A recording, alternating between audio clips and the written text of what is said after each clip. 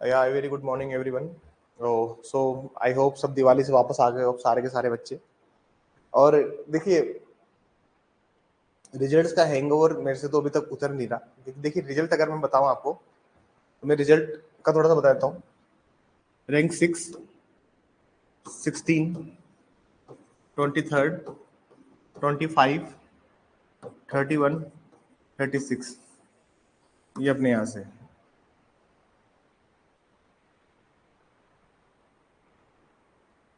Rank 6 Ashika Jain, Deepanjali Jadaun, छवि गोयल, अमिता चौधरी, नवीन यादव, पूनम बेरा। लड़के बहुत कम सेलेक्ट हुए हैं इस बार। आप ये मानेंगे कि 222 में से सिर्फ और सिर्फ लड़के सेलेक्ट हुए हैं। अगर 200 जैसे ऐसा था कि 638 लोग जब इंटरव्यू के लिए गए थे तो उसमें से ऐसा कह रहे हैं कि 500 तो गर्ल्स ही थी। 638 में से 500 तो लड़कियां ही थी सिर्फ। और जब फाइनल रिजल्ट आया, अब देखिए 150 लड़कों में इन्होंने फिर भी 75 बॉयज ले लिए, क्योंकि देखिए अल्टीमेटली बॉयज जो होते हैं उनको आप क्रफ्ट आप किसी भी पोजीशन पे लगा सकते हो। जैसे रात को कभी भी उनको छुट्टी पे रोक रहे हो, रात भर उनकी ड्यूटी लगा रहे हो, उनका चलता है। तो बॉयज लेने भी मैंडेटरी तो नहीं होता, मतलब ऐसा है कि बॉयज भी इनको रखने ही पड़ते हैं। 222 में से 70 ही बस बॉयज हैं। टोटल फाइनल सिलेक्शन में सिर्फ 70 ही बॉयज हुए हैं। ये तो एंट्री वाले बच्चे थे ना, 70 ही बॉयज सेलेक्ट हुए हैं। तो मैं आगे बढ़ लो, 130 इन्होंने बॉयज लिए फिर भी। इन्होंने लिए क्या है, देखिए इस बार ऐसा था कि बहुत रोल था नहीं इंटरव्यू का। चल हम पढ़ते हैं यार, हमारा बहुत टाइम भी लग गया सब में। तो in the last class what we did, in the last class हमने क्या किया था मुझे थोड़ा बताएंगे। थोड़ा सा पढ़ाई करते हैं और थोड़ा सा फ्लो बढ़ाते हैं पढ़ाई का। अब सारे काम मेरे हो चुके हैं खत्म। एक महीना जो होगा, एक महीना में बहुत रिग्रेस पढ़ाने वाला हूँ। एक महीने में मैं बहुत सारा खिंचवा दूंगा। क्रेडिट खत्म हो गया था और ये जो सेक्शन था, सेक्शन 11, ये मैंने कहा था कि मैं इसको पीछे के साथ पढ़ाऊंगा। ठीक है, सेक्शन 11 को हम पढ़ेंगे, सेक्शन 11 को हम पढ़ेंगे अलग अलग चीजों के साथ में, लेकिन मैं सेक्शन 11 को नहीं पढ़ा रहा हूँ क्योंकि सेक्शन 11 को मुझे बहुत सारी चीजों के साथ पढ़ाना है। क्योंकि अगर अभी इसको मैंने पढ़ा दिया तो पीछे वाली चीज समझ में नहीं आएगी, ओपिनियन क्या होता है वो सब समझ में नहीं आएगा। तो जब मैं आपको एक्सपर्ट ओपिनियन बताऊंगा, जब मैं आपको एक्सपर्ट समझाऊंगा, विशेषज्ञ को समझाऊंगा, उसके साथ मैं आपको इस चीज को पढ़ाऊंगा। ठीक है, इस चीज को मैं अभी नहीं छेड़ रहा। अगर मैंने इसको अभी छेड़ा तो फिर ये हम लोग आउट ऑफ द बॉक्स चले जाएंगे। मैं सिर्फ रिलेवेंसी के फैक्ट्स की बात कर रहा हूँ अभी। ठीक है, हम लोग सेक्शन 11 को बाद में पढ़ेंगे। ठीक है, और सेक्शन 11 के साथ हमें क्या क्या पढ़ना है मैं एक बार लिखवा देता हूँ आपको कि सर अगर जब मैं उस टॉपिक से पहुंचूंगा तब आप मुझे याद दिला दीजिएगा कि सर इसके साथ ये सारे सेक्शन आपने कहा था पढ़ने की। मैं एक बार सारे सेक्शन लिखवा देता हूँ। देखिए, सेक्शन 11 हमें पढ़ना है, इसके साथ में what we have to read, इसके साथ में हमें पढ़ना होगा सर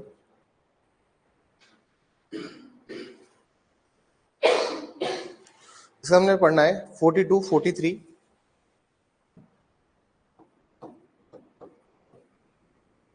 ठीक है, 42, 43। इसके साथ में हमें पढ़ना है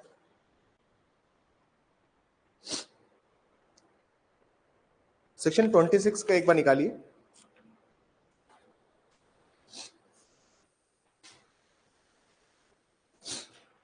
26D,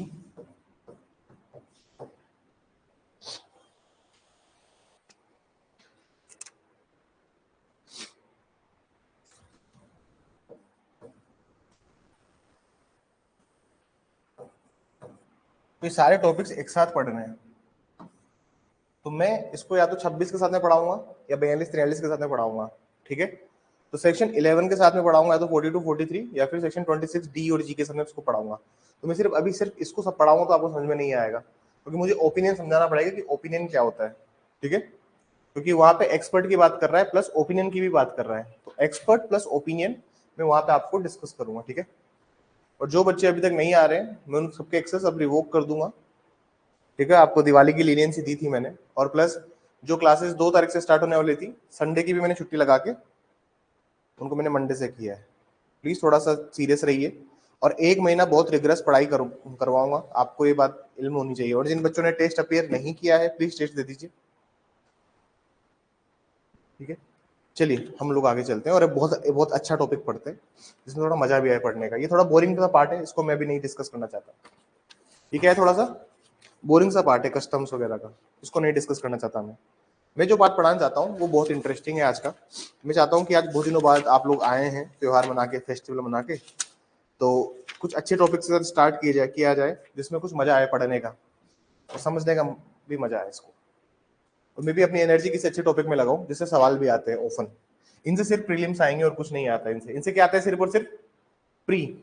जो आज टॉपिक पढ़ाऊंगा उससे क्या आएगा? मेंस। क्या आएगा उससे?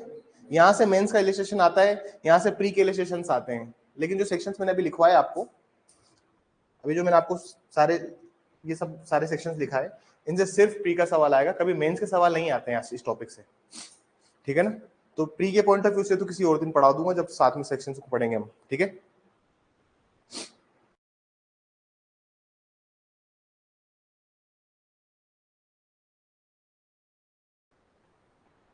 चलिए, क्या हो रहा है ना कि this this season is quite allergic to me. अभी ये मौसम ही ऐसा है कि थोड़ा सा मैं एलर्जेटिक हो जाता हूँ। प्लस मुझे अपने बाल कटवाने थे जो मैं कटवा नहीं पा रहा हूँ 2 महीने 1.5 महीने से मैं खुद सोच रहा हूँ बाल कटवाने जाऊँ। अब जब मैं जाता हूँ तो दुकान वाला दुकान बंद कर देता है बहुत अच्छा सेक्शन है, बहुत इंटरेस्टिंग सेक्शन है, मजा आएगा इसको पढ़ने में। निकालिए सेक्शन 12 और सेक्शन 12 को समझते हैं। सेक्शन 12 क्या बना है ये देखिए। अब मैं बहुत ही रिलेवेंट और इंपॉर्टेंट टॉपिक पे आपको लेके चल रहा हूँ। आज की जो क्लास होगी थोड़ी सी लंबी हो सकती है क्योंकि मेरे को इलस्ट्रेशंस भी डील करने हैं। लेट्स सी हम कहां तक पहुंच पाते हैं।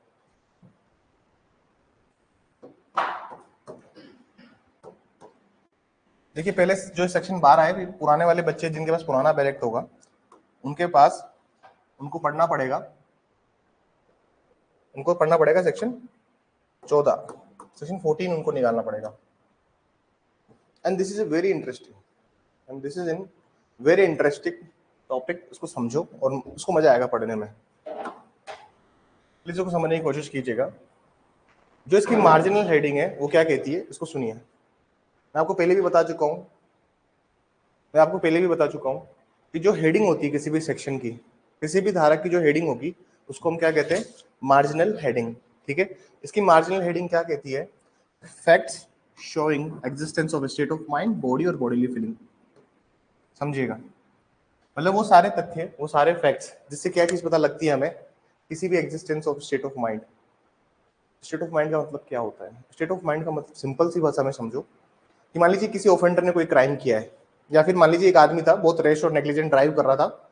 जैसे उसने एक मोड़ पे गाड़ी घुमाई, सामने एक बाइक वाला आया, उसने उसको उड़ा दिया और वो उसको उड़ा के वहां से भाग गया। तो वो फैक्ट्स, अब उसको भागते हुए 2 लोगों ने देख लिया, आई विटनेसेस ने, उन्होंने गाड़ी का नंबर नोट कर लिया।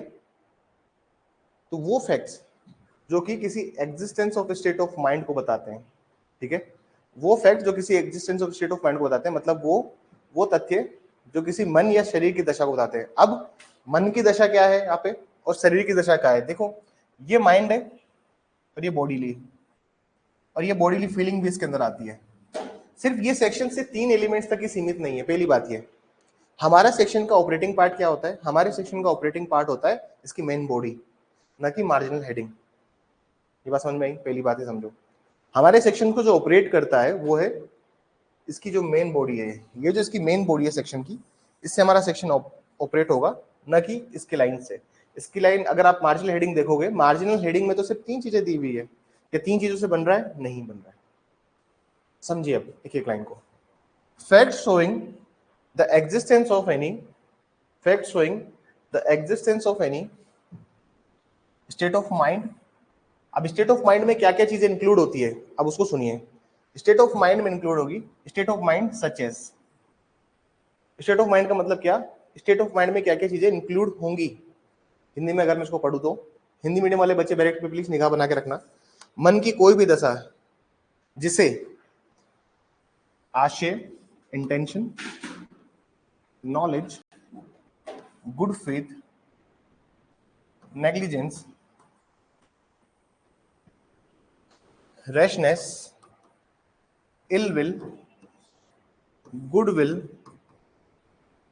किसी पर्टिकुलर पर्सन के खिलाफ। समझ में आई बात? मतलब हर वो फैक्ट्स जिससे क्या पता लगता है आपको, जिससे पता लगता है intention, knowledge, good faith, negligence, rashness, ill will, good will, किसी भी पर्सन के अगेंस्ट, या फिर वो सारे फैक्ट्स। दोबारा पढ़िए, फैक्ट्स शोइंग, फैक्ट्स यहां से इसको लीजिए, ये पूरा सेपरेट है, ठीक है ना। अब वापस फैक्ट्स को इस जो फैक्ट्स है ना, इसको इसके आगे लगाइए, शोइंग के आगे, क्योंकि यहाँ पे और का यूज हुआ है। आप डायरेक्ट को पढ़ना सीखिए। जब आप डायरेक्ट पे कमांड बना लेते हो तो फिर मैं आपको जैसे अभी टॉपर आए थे अपने, आरजेस बुलाए थे ना पेपर ने, सबने एक बात अगर बोली हो तो डायरेक्ट तो मैंडेटरी है। क्या बोला सबने?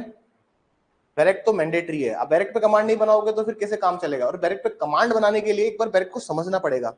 देखिए, आप कंजक्टिव का यूज देखिए, जो कंजंक्शंस होते हैं उनको देखिए, कंजंक्शन का यूज देखिए यहां तक। तो facts showing goodwill towards any particular person, तोड़ना सीखिए। पहले अगर मैं इसको समझूं, अगर मैं आपको इसको सिंपल भाषा में समझाऊं, दोबारा देखना, अगर मैं आपको इसकी इजी लैंग्वेज में दोबारा समझाऊं, तो यहाँ पे 3 लाइंस निकल रही है। पहली लाइन क्या निकल रही है? Fact showing the existence of any state of mind, goodwill, negligence, rashness, ill will, this is the first point. यहाँ पे लगाओ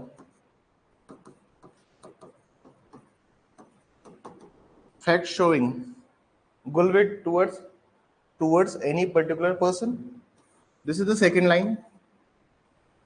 रटने की जरूरत नहीं है सर, समझने की जरूरत है। रटता वो है जिसको समझ में नहीं आता, हमें समझ में आएगा तो अपने आप। थर्ड पॉइंट देखिए, थर्ड पॉइंट देखिए क्या हो जाएगा। यहां पे भी लगाओ facts showing the existence of any state of mind और body, this is the third point. Fourth point देखिए, facts showing bodily feeling are relevant. समझ में आई बात? अब मैं बहुत आसान सी भाषा में एक डायग्राम बनाऊंगा, तुम कितने लोग समझ पाओगे नहीं समझ पाओगे। 1 2 3, 1 2 3 4, आगे देखिए, when existence of any such state of mind or bodily feeling is an issue or relevant fact। मतलब ये बोल रहा है कि अगर कोई भी स्टेट ऑफ माइंड के साथ अगर लिंक करता है, या फिर किसी भी बॉडीली फीलिंग के साथ लिंक करता है, जो कि क्या है सर, रिलेवेंट फैक्ट है या फिर फैक्ट इन इशू है, तो सब चीजें क्या हो जाती है। ये डायग्राम समझ में आए, कहानी पूरी। This is the crux of this section. अब इस सेक्शन को हम समझेंगे, ऐसा नहीं है कि मैं अभी नहीं समझाऊंगा कि इंटेंशन, नॉलेज, इसमें क्या डिफरेंस होता है। मैंने ऑलरेडी पहले बताया भी है कि मोटिव और इंटेंशन में क्या डिफरेंस होता है। I have already discuss this thing earlier in the classes. आप इन बातों को समझिए कि 1 2 3 4 फैक्ट्स, जब ये स्टेट ऑफ माइंड या बॉडीली फीलिंग के साथ लिंक हो, और ये जब खुद फैक्ट एन इश्यू हो या फिर रिलेवेंट हो, तब ये चीज क्या बन जाती है, रिलेवेंट बन जाती है। आप ये बात देखिए कि हम सिर्फ जितने भी सेक्शंस की हम बात कर रहे हैं 4 से 50 में, हम सिर्फ क्या बात कर रहे हैं, ये सारे सेक्शन से 4 से 50 हम क्या बात बता रहे हैं। यहाँ पे बता रहे हैं सर, जो रिलेवेंट फैक्ट्स हैं, सुसंगत तथ्य, हम सिर्फ इनकी बात कर रहे हैं।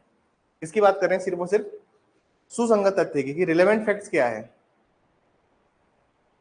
और जब भी कोई फैक्ट ये बताए कि existence of any state of mind, intention, knowledge, good faith, negligence, rashness, ill will, good will, ये सब चीज बताए, तो ये सब क्या है, ये सब चीज रिलेवेंट है। या फिर दूसरी चीज देखिए, the showing the existence of any state of mind, bodily feeling, ये चीज बताए, तो ये भी क्या है सर। या फिर किसी पर्सन के अगेंस्ट गुडविल बताए, तो ये भी क्या है सर। आप फैक्ट्स को समझिए, ठीक है। हमें जब पूरा सेक्शन समझ में आ जाएगा तो मैं आपको एक एक फैक्ट्स के रिगार्डिंग हम डिस्कस करते हैं। पर डायरेक्ट को कैसे कोई रीड करना है, मैं भी एक्सप्लेनेशन में नहीं एंटर कर रहा, लेकिन this how you have to read the bare act. समझ में आई बैरेट को रीड करने की कहानी। और जब बैरेट को आपने इस तरह से रीड किया है तो मुझे नहीं लगता कि आपको एग्जाम में दिक्कत आने वाली है, क्योंकि एक एक सिंगल एलिमेंट आपके दिमाग में छप जाएगा अगर ये 4 पॉइंट आपने 2-4 बार भी रिवाइज कर लिए तो। डन। थोड़ा सा आप समझने की कोशिश करेंगे, थोड़ा सा आगे चलेंगे।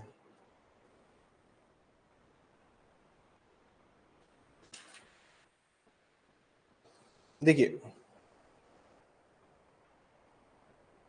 थोड़ा समझिए,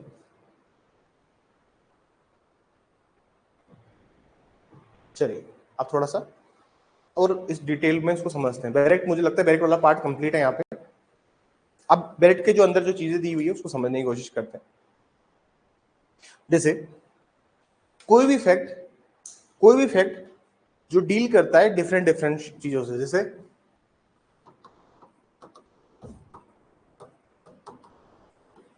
फैक्ट शोइंग एग्जिस्टेंस ऑफ, जो भी 4 चीजें हमने लिखी थी उन चीजों को एक बार लिख लेते हैं। क्या चीज बताते हैं सर? इंटेंशन। इसके बाद क्या बताया था? नॉलेज। बोलिए एक बार क्या था आगे, लाइन से बोलिए। गुडविल,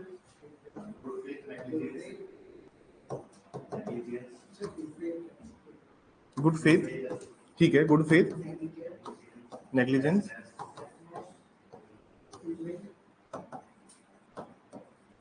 रैशनेस,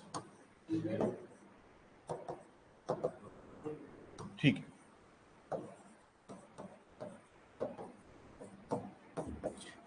एग्जाम में कुछ आए ना आए, लेकिन जब भी आपका आरजेएस का मेंस आएगा, देखिए ऐसा होता है। अब मैं आपको आरजेएस का क्या हाई कोर्ट का थोड़ा पैटर्न बताऊं। देखिए आरजेएस में ये 2 काम करते हैं। एक साल जब मेंस का पेपर होगा एविडेंस का आपका, एक साल तो ये इलस्ट्रेशंस पूछेंगे सेक्शन 41 के। पुराना सेक्शन क्या था? 43 था पुराना वाला सेक्शन। अभी नया वाला सेक्शन क्या हो जाएगा? 43 का। एक साल तो इलस्ट्रेशन पूछते हैं उस चीज के। आपको मेरी बात थोड़ी सी बेतुकी सी लग सकती है, लेकिन मैं अपने अनुभव से बता रहा हूँ। एक साल तो इलस्ट्रेशन पूछेंगे सेक्शन 37 का। मार्क कर लीजिए सेक्शन 37 का इलस्ट्रेशन। एक साल तो पूछेंगे, सुनिए इधर, एक साल तो इलस्ट्रेशन पूछेंगे सेक्शन 37 का, जो पहले क्या था? 43 था। एक साल ये इलस्ट्रेशन पूछेंगे 37 का, और एक साल ये इलस्ट्रेशन पूछेंगे सेक्शन 14 पुराने वाले का, और एक जो अब बन गया है क्या? नया वाला। जो बच्चे एपीओ की तैयारी कर रहे हैं वो इसके इलस्ट्रेशन तो विशेषकर पढ़ के जाए, आएंगे और आएंगे, डेफिनेटली आएंगे, 100% आएंगे, कोई नहीं रोक सकता इसके इलस्ट्रेशन को। तो एक साल ये सेक्शन 12 के इलस्ट्रेशन पूछते हैं और एक साल सेक्शन 37 के इलस्ट्रेशन पूछते हैं मेंस के अंदर। इस साल इन्होंने पूछा सेक्शन 37 का इलस्ट्रेशन मेंस में, तो नेक्स्ट आरजेएस में कहां का इलस्ट्रेशन आएगा? 12 का। ये बात आप बिल्कुल स्पष्ट तौर पे गार्ड बांध के रखिए। ये इलस्ट्रेशंस पूछे ही जाएंगे और इसको आप नहीं टाल सकते, ये अटल है। और ये मैं आपको इसलिए बता रहा हूं क्योंकि देखिए एविडेंस में हार्डली 10 टॉपिक है जो कि इंपॉर्टेंट है, हार्डली 10 टॉपिक। बात समझ में आ रही है? जो मेंस में पूछे जाने लायक हैं। मैं आपको टिप्स पे गिना दूं क्या टॉपिक इंपॉर्टेंट है। Sir admission, confession, dying declaration, expert, judicial notice 5, primary secondary evidence, section 91, 92, burden of proof, dowry death, estoppel, hostile witness.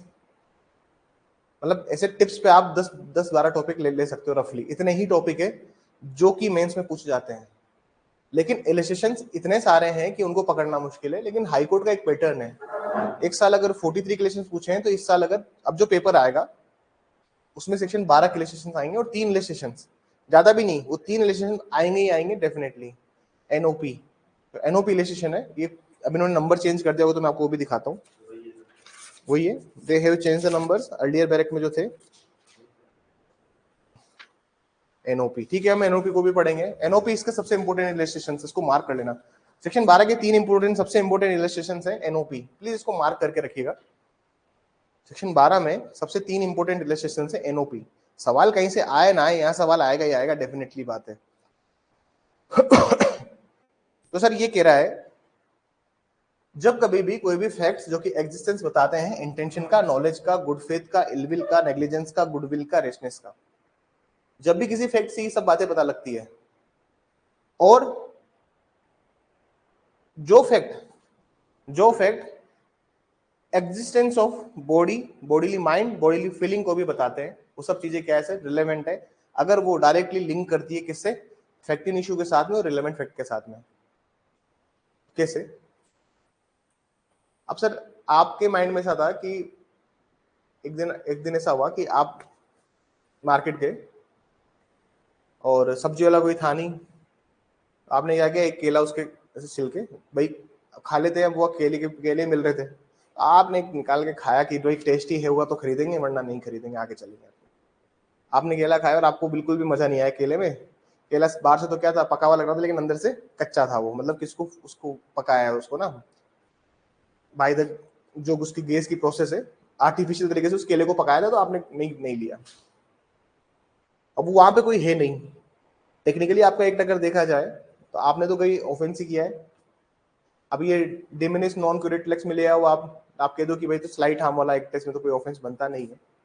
लेकिन अगर आप मेरी पूरी बात समझेंगे तो आपका क्या एग्जिस्टेंस ऑफ माइंड या बॉडीली फीलिंग वो था जो आप चोरी करना चाहते थे? क्या आपकी इंटेंशन चोरी करने की थी? नहीं थी। तो सारे फैक्ट्स जो कि चीजें बताते हैं, समझ में ही बात नहीं। और ये इसी इलस्ट्रेशन को अगर मैं थोड़ा सा ऐसे कर दूं कि आप सुनार की दुकान पे गए और सुनार की दुकान पे वहां पे रिंग्स पड़ी हुई थी, अपने से कांच में से हाथ डाल के एक रिंग निकाली और इसे पहन ली, तो वहां तो इंटेंशन चेंज हो जाएगी। इंटेंशन चीजों के साथ बदलती है, मतलब इंटेंशन चीजों के साथ बदलती है। लेकिन आपने क्या किया, रिंग निकाल के वापस से उसको दुकान पर रख दिया, देख के कि हाँ कैसी लग रही, ठीक नहीं लग रही यार, छोड़ो। आप बैठ गए वहां पे शांति से। क्या यहाँ पे कोई फैक्टिंग इशू क्रिएट हुआ? क्या यहाँ पर कोई विवादक तथ्य बना? नहीं बना। क्यों नहीं बना विवादक तथ्य? क्योंकि विवादक तथ्य बनने के लिए एग्जिस्टेंस ऑफ बॉडी और माइंड की जो फीलिंग्स चाहिए वो आपके अंदर नहीं है, आपके अंदर इंटेंशन नहीं है। मैं अब एक एक इलस्ट्रेशन को आपको बताता हूँ, एक एक एलिमेंट बताता हूँ। देखिए इंटेंशन मैं आपको पहले ही बता चुका हूँ, उसको हम लोग कहते हैं आशय। अब आशय क्या होता है, ये बहुत ही सब्जेक्टिव चीज है।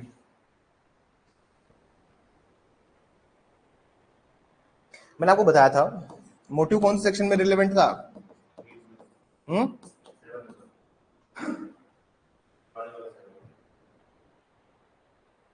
देखिए मोटिव कहाँ रिलेवेंट था, ऐसे मत करो, जो एपीओ के बच्चे पढ़ रहे हैं उनको समझ सकता हूँ कि वो ऊपर नीचे कर सकते हैं। कौन सेक्शन है मोटिव का?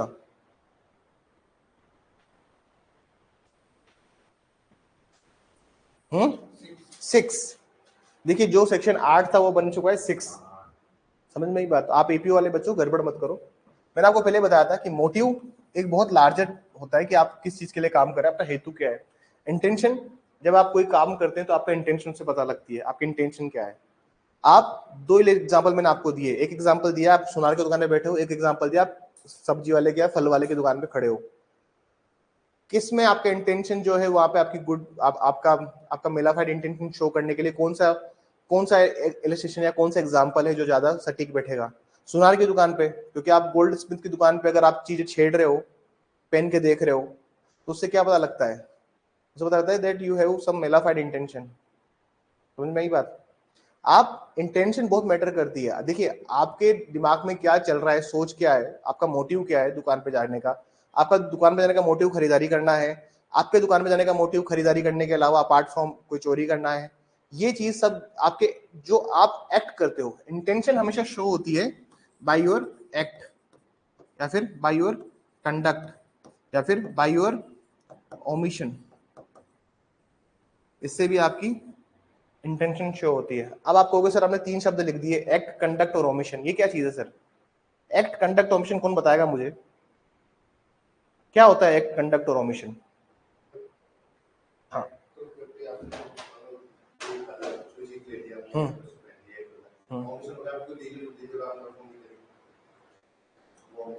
हाँ ठीक है। उसके बाद में आपने आप वहां से भागते, जैसे आपने चोरी करी और वहां किसी ने बोला पुलिस आ रही है चोर को पकड़ने के लिए, आप भाग गए। हाँ हम कह सकते हैं, लेकिन इन सबसे इंटेंशन कैसे पता लग रहा है? देखिए इंटेंशन इन 3 चीजों एलिमेंट से पता लगता है। आपने उस दुकान पे गए, सुनार की दुकान पे गए और अंगूठी को ट्राई किया, आपने अपना जो एक्ट किया, हमेशा इंटेंशन का पता लगता है एक्ट से। जैसे मेरा मोटिव है आज तुम्हें लोगों को आरजेस बनाना, अब तुम्हारी इंटेंशन ही नहीं है आरजेस बनने की, तो मैं क्या कर लूंगा भाई? मेरा इंटेंशन है कि मेरा मोटिव है कि तुम लोगों को एपीओ बनाऊं, लेकिन मान लीजिए मैं एपीओ का पढ़ा ही नहीं रहा, मैं तुम्हें आरजेस के लेवल का पढ़ा ही नहीं रहा, जैसे तुम्हारा एग्जाम क्लियर हो, अल्टीमेटली यू विल द सफर। समझ में आ रही है? मैं अगर पढ़ाना छोड़ दूं और आलसी करने लग जाऊं पढ़ाने में, तो मेरा इंटेंशन नहीं है तुमको जज बनाने का, मेरा मोटिव होगा। यहां दिक्कत आती है, तुम्हारा मोटिव है या नहीं है, लेकिन तुमने उसको इंटेंशन किया नहीं किया। Act is doing of something, omission is omitting from doing something। हाँ, अभी बताते हैं, इसका भी डिफरेंस बताऊंगा मैं आपको। This is definition in the IPC, Indian penal code, वो भारतीय न्याय संहिता बन चुकी है, वहां पे एक्ट इंक्लूड ओमिशन की डेफिनेशन दी हुई है, मैं आपको बताऊंगा उस डेफिनेशन को भी। देखिए, एक्ट, कंडक्ट, ओमिशन, ये तीन एलिमेंट्स है जिनकी मैं बात करता हूँ रफली। Act, conduct, omission. आप कोई भी काम करके अपना इंटेंशन शो कर सकते हो। जैसे चोर है, घर में घुसा है, तो जैसे उसने चोरी करना स्टार्ट किया, जैसे ही the moment he enters into the house, जैसे वो घर में कूदा, तो कूदने के लिए उसने एक्ट तो किया ना, रेलिंग पकड़ के चढ़ा होगा या किसी पाइप के सारे ऊपर चढ़ा होगा घर में, उसने एक्ट किया। तो एक्ट से उसका क्या पता लग रहा है? इंटेंशन।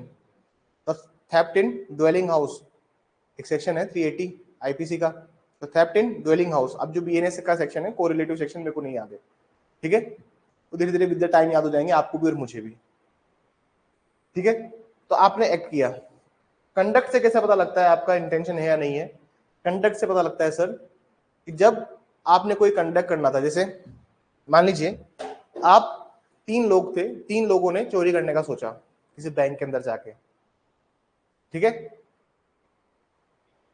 आप गेट के पास खड़े थे, तभी बैंक मैनेजर आपको चिल्लाए कहता है कि बाहर भागो, किसी को बुला के लाओ, बाहर भागो, किसी को बुला के लाओ। लेकिन तुम तीनों ने तो ऑलरेडी प्लानिंग करके गए थे ना, तो आपने क्या किया? जो लोग बाहर भाग रहे थे आपने उनको भी पकड़ लिया, ये तो आपने एक्ट करके उसको रोका। आपने कंडक्ट करके क्या रोका? आपने वो काम किया ही नहीं। अब कंडक्ट ऐसा था कि आपने उसकी बात को सुन के भी अनसुना कर दिया, आपका आचरण ऐसा था। कंडक्ट पहले भी हो सकता है, सब्सिक्वेंट भी हो सकता है और प्रीवियस भी हो सकता है, कोई पूर्ववर्ती या पश्चातवर्ती आचरण, दोनों आचरण हो सकते हैं, जिससे आपकी इंटेंशन पता लगती है। ओमिशन की मैं बात करता हूँ। ओमिशन, ओमिशन वो चीज होती है, सिंपल भाषा में अगर मैं आपको बताऊं ओमिशन क्या है, कि सर एक लाइफ गार्ड है, ठीक है, एक लाइफ गार्ड का काम क्या होता है भाई? समुद्र किनारे या पानी के किनारे स्विमिंग पूल पे कोई डूब रहा है तो उसको बचाना लाइफ गार्ड का काम ही होता है।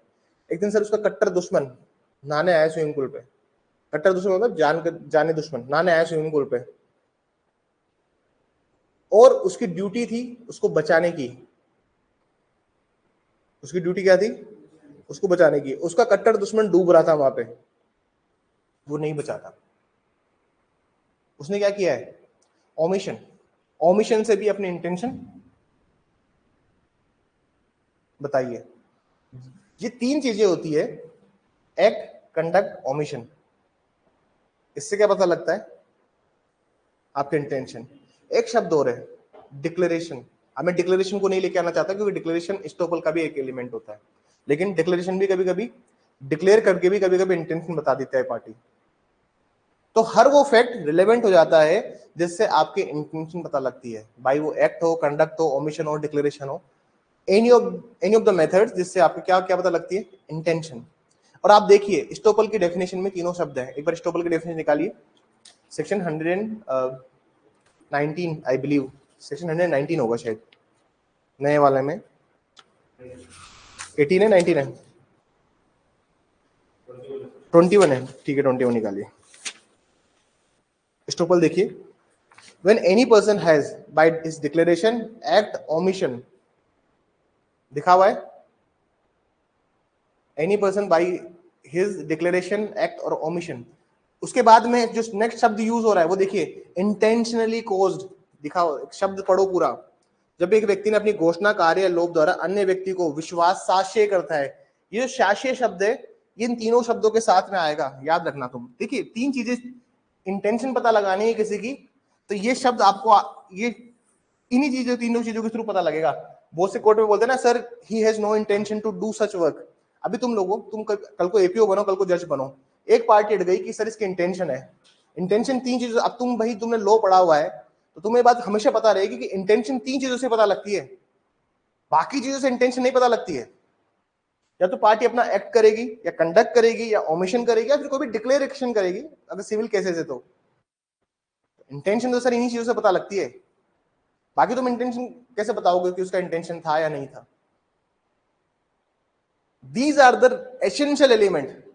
तुम जजमेंट राइटिंग करोगे हमेशा जब आरजेएस मेंस में, और तुम्हें इंटेंशन बतानी है किसी की, तो उसके एक्ट को हाईलाइट करो कि intention can be proved by the act, conduct, omission, declaration. Here here जैसे क्रिमिनल केस है, क्रिमिनल केस आया, जैसे मान लीजिए लास्ट वाला आरजेएस था, उसमें क्या आया था, एक ट्रक ड्राइवर ने पुलिस बैरिकेड तोड़ते हुए एक पुलिस वाले के ऊपर गाड़ी चढ़ा दी, उसको मार दिया। तो उसका इंटेंशन था उसको मारने का, तो पता कैसे लगेगा, बैरिकेड तोड़ा उसने, पुलिस वाले ने उसको रुकने के लिए कहा, वो नहीं रुका, उसने पुलिस वाले के ऊपर गाड़ी चढ़ा दी। तो this shows the intention to kill the police officer on duty. और इंटेंशन पता कैसे लगी है, by the way of act, conduct, omission, declaration से भी लगती है, लेकिन डिक्लेरेशन थोड़ा सिविल केसेस में आ जाता है। डिक्लेरेशन जो शब्द है वो सिविल केसेस के लिए यूज होता है। बात समझ में आई? इंटेंशन शब्द क्लियर है?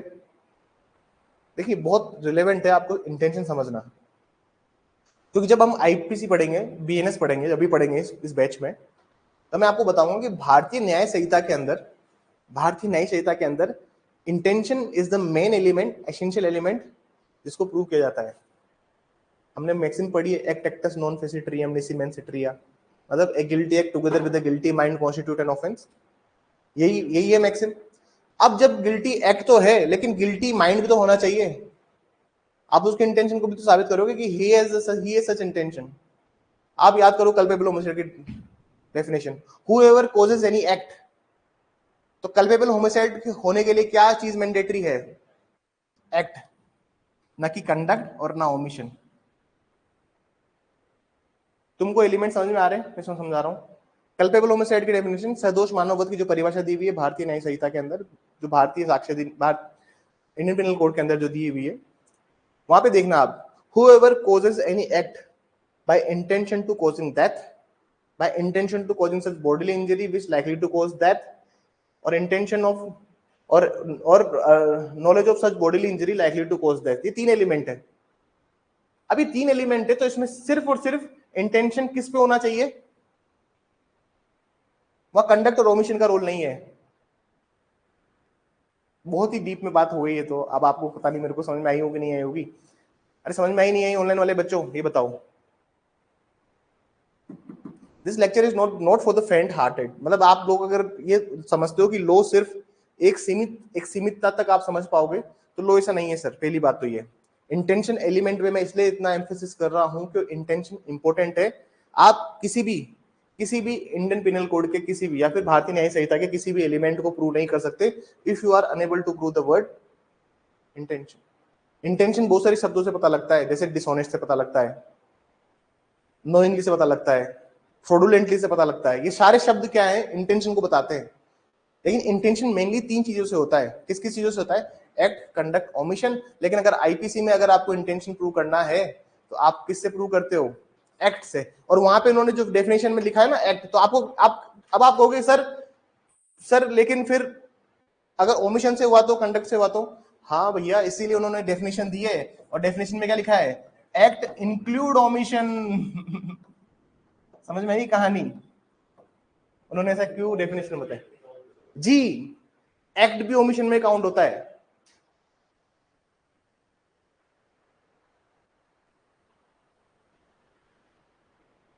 समझ में आई कहानी, एक्ट इंक्लूड ओमिशन। अभी तुमको डेफिनेशन दिखा दूंगा मैं, एक्ट इंक्लूड ओमिशन।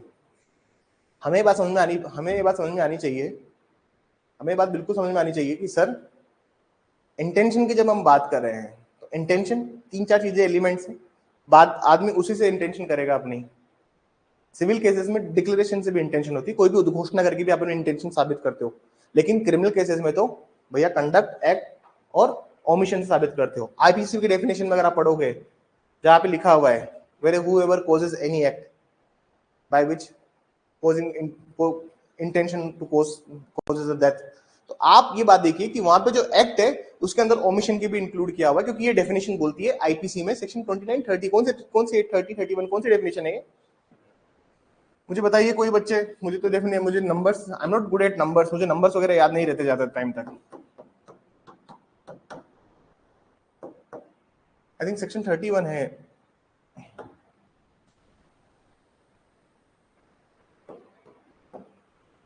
बताएगा मुझे?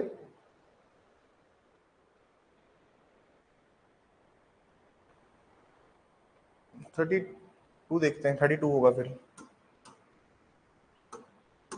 तो बताइए मुझे, I am not good at numbers, मुझे ज्यादा सेक्शन नंबर वगैरह कुछ याद नहीं रहता है।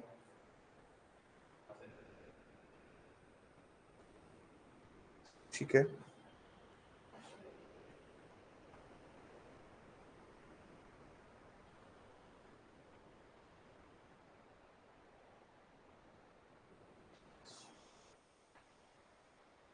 ये पढ़िए 33।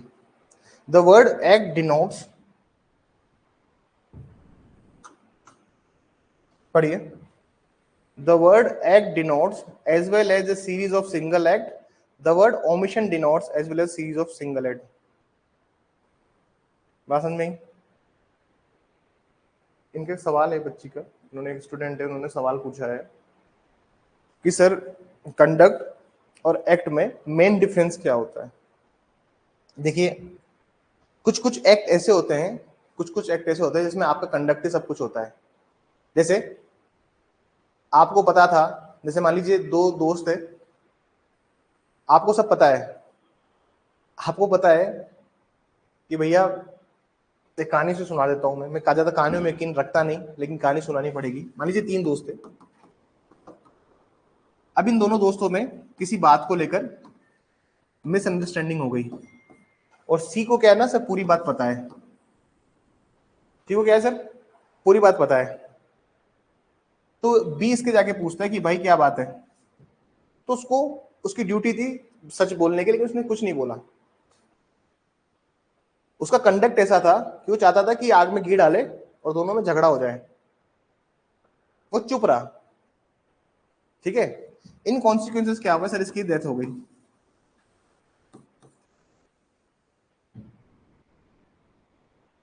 क्या हो गई? ऑफेंस क्या बन रहा है सी के ऊपर, ये बताओ क्या बन रहा है ऑफेंस? कैसे नहीं बन रहा ऑफेंस? अबेटमेंट का नहीं बन रहा, इंस्टिगेट नहीं बन रहा, इंस्टिगेट नहीं किया उसने। इंस्टिगेट का मतलब क्या होता है? चलो थोड़ा सा यार तुम लोग, मैं इसीलिए मैं इन टॉपिक्स को नहीं छेड़ता हूँ, मुझे पता है ना कि once I started digging down these topics तो हम और डीप में चले जाएंगे। चलो डिफरेंस बताता हूँ, निकालिए अबेटमेंट। प्लीज इसके पास जो घर में बैठ के पढ़ रहा है वो डायरेक्ट निकाल लीजिएगा।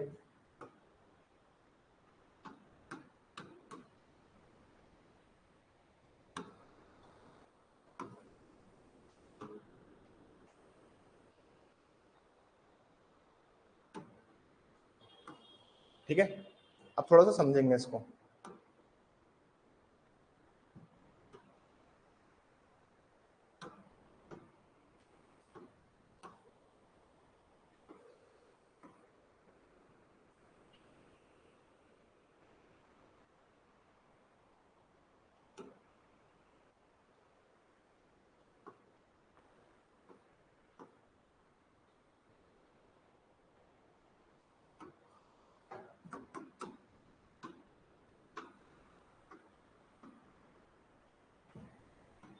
उसके पास घर पे बैरेक्ट है, प्लीज आईपीसी निकाल लीजिएगा। देखिए टॉपिक्स ऐसे हैं इनको, ये जो जितने भी टॉपिक्स आप देख रहे हैं, मतलब ये टॉपिक ऐसे ऐसे नहीं है कि आप सिर्फ सोचो कि एक टॉपिक हम पढ़ के चल रहे हैं। आज मैं थोड़ा सा आपको डिटेल में जाके चीज समझा देता हूँ।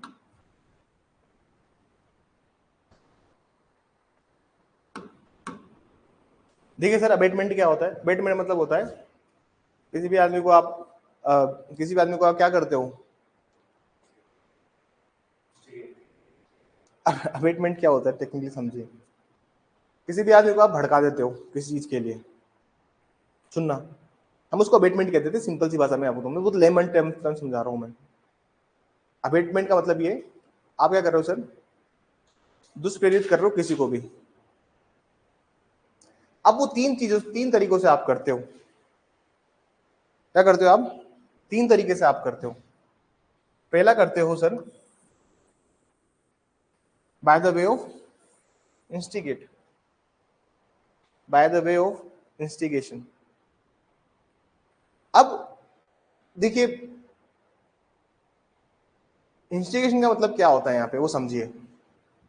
इस फर्स्ट वाले को आप इसके साथ पढ़िए, एक्सप्लेनेशन नंबर 1 के साथ। अब आप बताइए जो 3 दोस्त थे, तो सी ने कौन सा ऑफेंस किया है? सी ने कौन सा ऑफेंस किया है सर?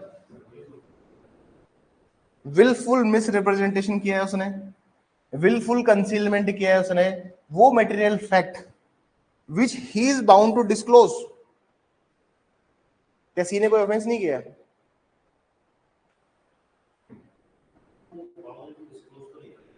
कैसे बाउंड? अरे लीगल ड्यूटी, हर चीज लीगल ड्यूटी में नहीं होती ना। ऑफेंस को अवॉइड तो कर सकता था।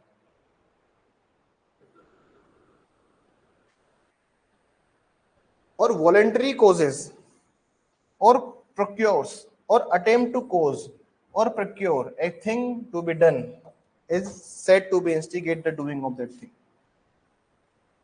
बात समझ में आ रही है? तो सर कंडक्ट भी क्या बन जाता है, कभी कभी इंटेंशन शो कर देता है आपकी।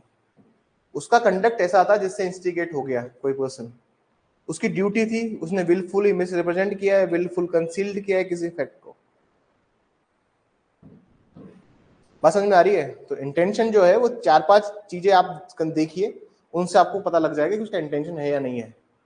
आप एक्ट देखिए, कंडक्ट देखिए, ओमिशन देखिए, डिक्लेरेशन देखिए, सिविल केसेस तो डिक्लेरेशन भी देख लीजिए, by which you come to know that कि उसका इंटेंशन है या नहीं है। And those facts, those things are very easy to understand.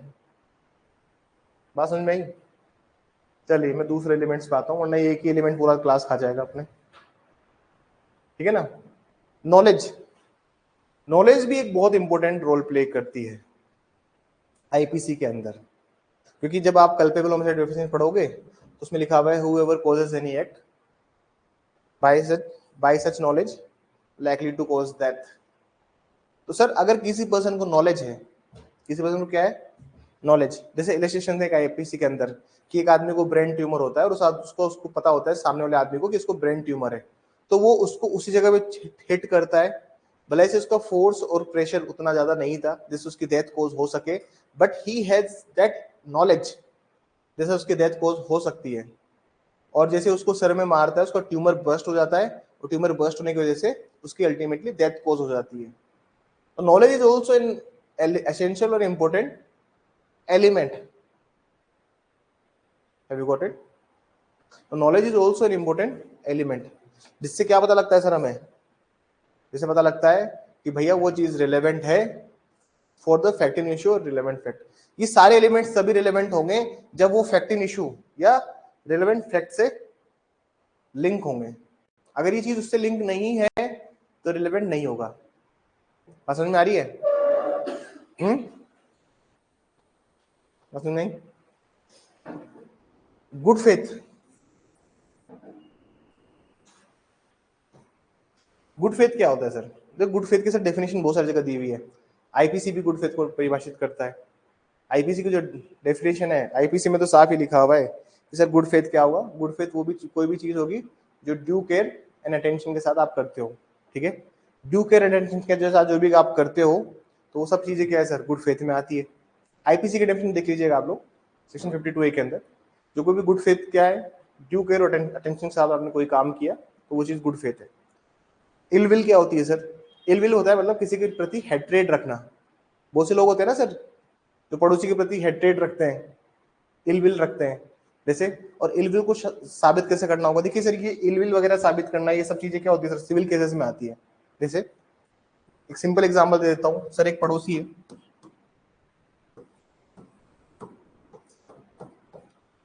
ये रोज अपने घर के बाहर बहुत सारा कचरे का ढेर ढेर दिखता है, बहुत सारा कचरे का ढेर हर दिन, और उसको समझ में नहीं आता कि कचरा फेंक, इसके घर के बाहर कचरा कौन फेंक रहा है। तो ये क्या करता है सर, अपने बाहर एक सीसीटीवी इंस्टॉल कर लेता है। भाई देखे तो सही कि कचरा कौन फेंक रहा है घर के बाहर। तो सुबह 4 बजे सामने वाले घर से एक औरत निकलती है और रोज कचरा घर के बाहर फेंक देती है। समझ में आई?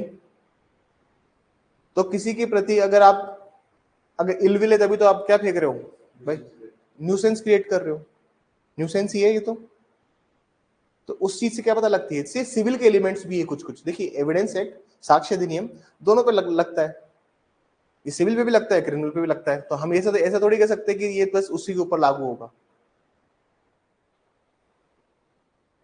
और कंडक्ट और एक्ट के अंदर बहुत माइन्यूट डिफरेंस है, मतलब ये नहीं कह सकते कि बहुत हाई डिफरेंस है, माइन्यूट डिफरेंस है, ठीक है ना। जो आदमी एक्ट करेगा उसकी तो डायरेक्ट लायबिलिटी रहती है, लेकिन जो आदमी कंडक्ट करता है उसकी क्या रहती है सर, इनडायरेक्ट लायबिलिटी रहती है, क्योंकि उसने एक्ट नहीं किया है, लेकिन उसकी लायबिलिटी क्या है सर, इनडायरेक्ट लायबिलिटी है। समझ में आई? समझ में आई? माइन्यूट डिफरेंस इतना सही है। अगर कोई भी कंडक्ट सब्सिक्वेंट हो रहा है एक्ट होने के बाद में, ऑफेंस होने के बाद में, कोई भी अगर एक्ट सब्सिक्वेंट है तो समझ लेना कि डायरेक्ट एक्ट भी उसने किया है। बात समझ में आई? कि अगर ऑफेंस हो चुका है, एक आदमी वहां खड़ा है भीड़ में आ जाके, एक इलस्ट्रेशन था अपना, वो सुनते हुए देखता है लोगों को बात करते हुए और सुनते हुए वो भाग जाता है, तो मतलब एक्ट भी उसने किया है और अब कंडक्ट भी वही कर रहा है। लेकिन ये कंडक्ट कौन सा है, सब्सिक्वेंट कंडक्ट है, ये प्रीवियस कंडक्ट नहीं है। बात समझ में आई? जो आदमी सिर्फ कंडक्ट करता है, एक्ट नहीं करता, उसकी इनडायरेक्ट लायबिलिटी होती है। इनडायरेक्ट लायबिलिटी मतलब या तो अटेम्प्ट होगा या फिर अबेटमेंट होगा, इन सब चीजों में हो जाएगा, या तो कॉन्स्पिरेसी होगी। बात समझ में आ रही है? तो बात समझ में आ रही है बहुत। अब ये बातें ऐसी जो तब तुम्हें भारतीय न्याय संहिता पढ़ाऊंगा मैं, आईपीसी पढ़ाऊंगा, तब और अच्छे से समझ में आएगी। लेकिन इन बातों का मतलब समझिए, इंटेंशन शो करनी है, ये 4-5 एलिमेंट्स देखने पड़ेंगे, मैंडेटरीली देखने पड़ेंगे। अब मैं बात करता हूँ ये इलविल की, तो सर सिविल के ऊपर भी भारतीय साक्ष्य अधिनियम लगता है। साक्ष्य अधिनियम ऐसा नहीं कि सिर्फ इन्हीं केसेस में लगता है, तो साक्ष्य अधिनियम सब पे लगता है। आगे देखिए, नेग्लिजेंस। नेग्लिजेंस भी क्या है सर, नेग्लिजेंस भी क्या है सर, सिविल भी है और क्रिमिनल भी है। अरे भैया सिविल क्रिमिनल भी तो है, नहीं पढ़ते क्या हम लोग 304A 304 नहीं पढ़ते क्या, डेथ बाय नेग्लिजेंस। किसी ने ट्रक चढ़ा के, गाड़ी चढ़ा के किसी की डेथ कॉज कर दी, अब उसके वो बोलता है इंटेंशन ही नहीं है मेरी, तो नेग्लिजेंस तो हुई। तो ये सिविल भी होता है नेग्लिजेंस, क्रिमिनल भी होता है। समझ में बात? आगे देखिए, रैशनेस। नेग्लिजेंस का एक एलिमेंट क्या है, नेग्लिजेंस का एक एलिमेंट क्या है सर, रैशनेस।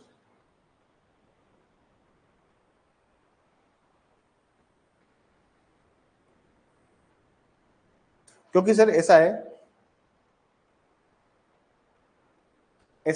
जब आप इसको पढ़ेंगे 304A को पढ़ेंगे तो वहां पे 2 एलिमेंट्स दिए हुए हैं, जहां पे लिखा हुआ है डेथ बाय नेग्लिजेंस, तो वहां पे लिखा हुआ है whoever doing any act by which by the way of rashness, restfulness या फिर नेग्लिजेंट एक्ट, उससे अगर किसी की डेथ कॉज होती है।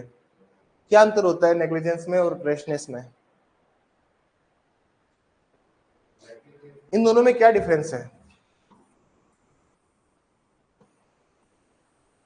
इन दोनों में क्या डिफरेंस है, कोई बताएगा मुझे इस क्लास में, क्या डिफरेंस है दोनों में।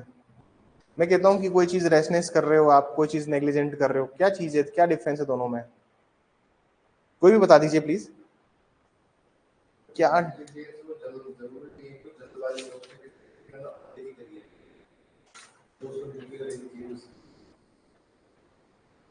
क्या डिफरेंस होगा दोनों में, एक बार ऑनलाइन वाले बच्चों को भी जवाब देने दीजिए। क्या क्या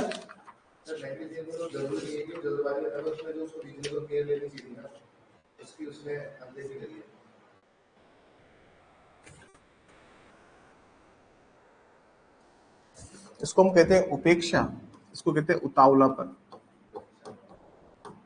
हिंदी हिंदी भाषा का शब्द लिख रहा हूं मैं, इनके मतलब कोई बताएगा मुझे।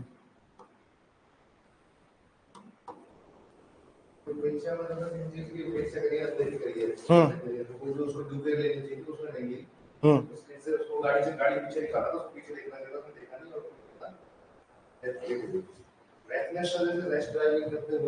और रेस्ट में इंटेंशन होना जरूरी नहीं होता, नहीं ऐसा कुछ नहीं है। इंटेंशन देखिए ऐसा है, ये दो शब्द समझिए।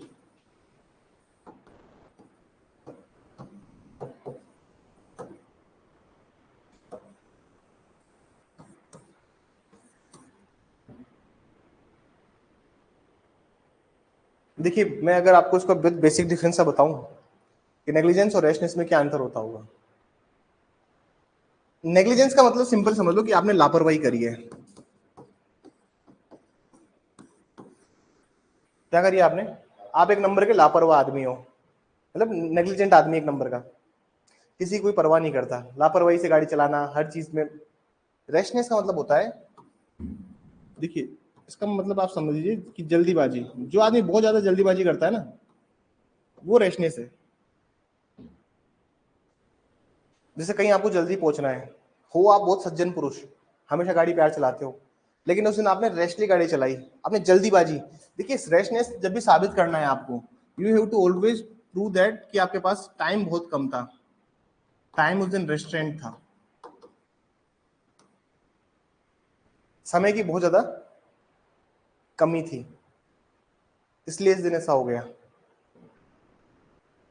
हो सकता है ना कि कोई करवा चौथ का दिन है, घर से फोन ही फोन आ रहे हैं, ऑफिस भी चला गया था आदमी उस दिन, बीवी का फोन आ रहा है और बस भगा रहे हो गाड़ी, भैया घर पहुंचना है, तो तुम नेग्लिजेंट नहीं हो, तू लेकिन तुम उस दिन क्या थे, तुम रैशफुल ड्राइव कर रहे थे, तुम रैशनेस में थे। टाइम बहुत इंपॉर्टेंट है। अगर आपको रैशनेस प्रूव करनी है तो आपको कोर्ट को बताना पड़ेगा कि भैया गलती तो हुई है, लेकिन समय कम था इसलिए गलती हुई है, डिले हुआ है just because of due to lack of time. जहां समय की बात आएगी वहां पे क्या आएगा, रैशनेस, उतावलापन। भाई उतावलापन तो वही करते हैं ना जिनके पास समय नहीं होता। हम्म, नेग्लिजेंसी में कोई समय की कोई दिक्कत नहीं होती। देख पहली बात है, दो एलिमेंट्स हैं ये अलग अलग। तुम्हें समय साबित, तुम्हें अगर बताना है कि भैया समय था नहीं मेरे पास, जैसे तुम्हारी गाड़ी में कोई मरीज बैठा हुआ है, तुम एम्बुलेंस ड्राइवर नहीं हो, लेकिन पड़ोस में किसी को हार्ट अटैक आ गया, तुम उठा के गाड़ी अपनी भगा रहे हो गाड़ी, समझ में आई बात, क्या आप बाउंड बाई लॉ हैं? तो तुम सेक्शन 76 79 में नहीं जा सकते, पुराना एपीसी का जो था, मिस्टेक ऑफ फैक्ट में भी आप नहीं जाएंगे, because you are not bound by law. Bound by law तो वो होता है जिसको, जिसकी लॉफुल ड्यूटी हो। क्या आपकी लॉफुल ड्यूटी थी? आपकी सिर्फ मोरल ड्यूटी थी। एक दिन आप घर में बैठे हो, पड़ोसी का फोन आया कि अरे यार हार्ट अटैक आ गया, इसको हॉस्पिटल लेके जाना है, तुम्हारे पास ही मोहल्ले में कार थी एक, तुमने कार उठाई और चलो चलते हैं। क्या आप बाउंड थे? आप मोरली बाउंड थे? मोरली भी नहीं थे, आपकी इच्छा है तो करो मत करो, कोई बाउंड नहीं है। कहीं का बाउंड हो, मना कर दो, नहीं नहीं जा सकता, बोल दो मेरे हाथ में फ्रैक्चर है, क्या क्या ही कर लेगा कोई, बोल दो ओला उबर मंगा लो, देयर आर मल्टीपल थिंग्स ना यू कैन डू। लेकिन आपने क्या सोचा कि चलो ले चलते हैं यार, और आपने थोड़ी सी रेस ड्राइविंग भी कर ली उस चक्कर में। तो टाइम एलिमेंट जब भी आएगा तो वो चीज क्या बताएगी, आपकी रैशनेस, आपका उतावलापन। फैक्ट्स जब ऐसे होंगे जहां पे टाइम की बात होगी तो एलिमेंट्स क्या आ जाएंगे, रैशनेस। अभी पेपर होगा आपका तो मैं आपको ये इलस्ट्रेशन बना के दूंगा इसका, और बताऊंगा कि बताओ कौन सा एलिमेंट लग रहा है, देख लेना तुम। और इस बार का पेपर भी ऐसा ही हुआ था प्री का, भारतीय साक्ष्य अधिनियम का एक पेपर हो चुका है। आज वो सारी कॉपीज चेक कर दूंगा मैं, कल मार्क्स डिस्क्लोज कर दूंगा सब बच्चों के, तो पेपर तो सोल्व करो। ठीक है अभी भेज दूंगा, पेपर आंसर की बन गई है, पब्लिश नहीं करी बस, आज कर दूंगा। समझ में आई ये कहानी? देखिए टाइम जब भी इंपॉर्टेंट होगा। बात करते हैं गुडविल की। कोई गुड फेथ और गुडविल में अंतर बताएगा मुझे क्या होता है? What is difference between good faith and goodwill? Goodwill तो उसकी जो इंटेंशन है वो उसको दर्शाता है। गुड फेथ तो उसने जो एक्ट किया है, गुड फेथ में ये मान के कि हाँ ये सही है। जैसे किसी ने किसी ने मैंने जैसे जमीन खरीदी, आपने उसके डॉक्यूमेंट शो करे, तो मैंने उसको डॉक्यूमेंट देख के मान लिया कि हाँ ये डॉक्यूमेंट प्रॉपर है। देखिए गुडविल का सीधा सिलेक्शन होता है आपकी इंटेंशन से। ये आपके इंटेंशन बताती है, आपके आशय को बताता है कि आपकी क्या आशय है। जैसे अब यहाँ पे मेला आईडी नहीं लिखा है इन्होंने, गुडविल लिखा है। आपका जो इंटेंशन है वो क्या बताएगा, आपकी गुडविल को बताएगा कि आपकी अल्टीमेटली क्या इंटेंशन है, वो आपकी गुडविल है। नहीं ना बात। एक दोस्त है, 1 साल के लिए अमेरिका जा रहा है, आपके पास कार छोड़ गया, ठीक है ना, और कार भी बहुत अच्छी खासी, आप चाहो और चाबी भी दे गया कि यार देख लेना, थोड़ा बहुत चलाता भी रहना बीच बीच में, महीने में 1-2 बार, ताकि इसका इंजन सीज ना हो जाए। लेकिन आपने सोचा कि छोड़ो यार, क्या करने का है। आपकी गुडविल है उस चीज को लेके कि आपने कुछ नहीं किया, जितना उसने कहा उतना आपने किया। कोई और होता तो बढ़िया, उसको यूज करता, अपने पर्सनल कामों के लिए लेता, लेकिन आपने, आपकी गुडविल थी, आपकी सदिच्छा थी कि आपने उसका ज्यादा कुछ काम नहीं किया। गुड फेथ क्या होता है? गुड फेथ वो होता है जब आप किसी भी काम को करते हो तो आप केयर और अटेंशन से कोई काम करेंगे, उस चीज का बहुत ध्यान रखते हुए, उसको कहते हैं गुड फेथ। समझ में आई बात? कोई भी आप काम कर रहे हो तो उस काम में आपने बहुत ज्यादा अटेंशन दी है, आपने बहुत माइंड के साथ में और बहुत शांति के साथ में उस काम को किया है। समझ में आई बात? जैसे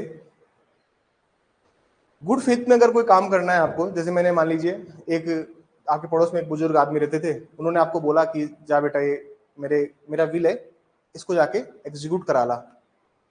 और वो क्या थी? टाइप्ड विल थी, उसमें थोड़ी सी इतनी सी स्पेस खाली थी। आप चाहते तो टाइपराइटर में घुसा के 4 अक्षर अपने लिए भी लिख सकते कि हमारे पड़ोस में रहता है शुभम, उसको भी मैं इतनी प्रॉपर्टी देता हूँ। चाहते तो कर सकते थे, लेकिन आपने गुड फेथ में कोई काम नहीं किया। समझ में बात? दोनों कोरिलेटिव हो सकते हैं, इंटरचेंजेबली आप यूज कर सकते हो, लेकिन there is a difference good faith में और गुडविल में। गुडविल सीधा इंटेंशन से डील करता है, गुड फेथ आपका गुड, बाकी इंटरचेंजेबली भी यूज हो सकता है, कोई सी बात नहीं है, गुड फेथ गुडविल, ठीक है ना। चलिए अब थोड़ा सा इलस्ट्रेशन समझते हैं, मैं थोड़ा सा लिखवा दूं इसमें, लिखवाने थोड़ा सा लिखने का कष्ट करेंगे आप लोग। देखिए these topics are very relevant to the examination point of view. आप जितना ज्यादा समझेंगे इन चीजों को, उतने अच्छा आप और उतने बेहतर आप लिख पाएंगे। तो प्लीज इनको समझना बहुत इंपॉर्टेंट है, आप समझेंगे तभी लिखेंगे, और समझ में नहीं आएंगे टॉपिक्स तो आप लिख नहीं पाएंगे।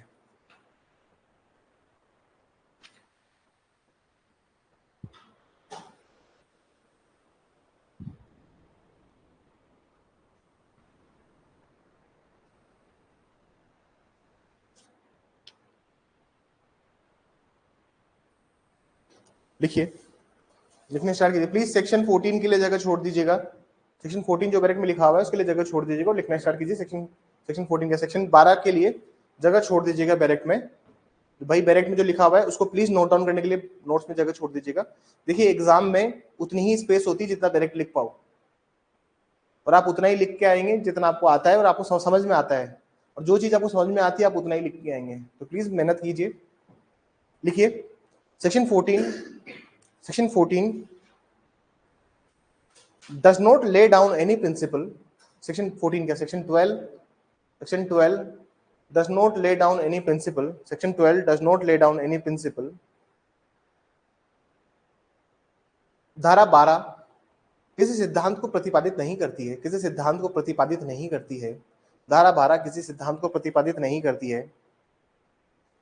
It rather leaves, it rather leaves, it rather leaves the whole thing at court's discretion. It rather leaves the whole thing at the court's discretion. जबकि जबकि जबकि यह न्यायालय के जबकि यह न्यायालय के जबकि यह न्यायालय के विवेकाधिकार के अधीन अन्य तथ्यों को सौंपती है, अन्य तथ्यों को सौंपती है।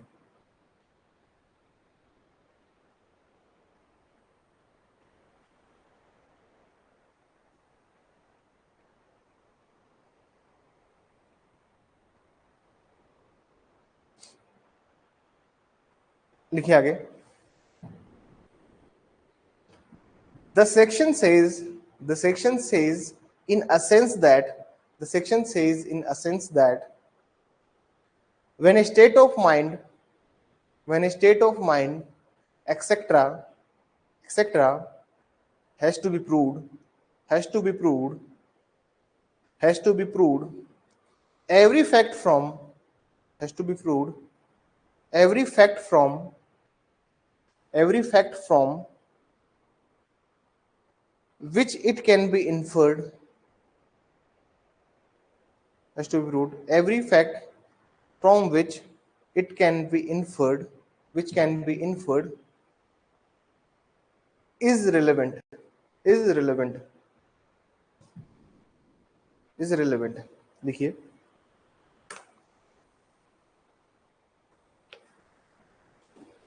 इस धारा के अंतर्गत, इस धारा के अंतर्गत, इस धारा के अंतर्गत मन या शरीर की दशा, इस धारा के अंतर्गत मन या शरीर की दशा, इस धारा के अंतर्गत मन या शरीर की दशा इत्यादि से संबंधित, इत्यादि से संबंधित, इत्यादि से संबंधित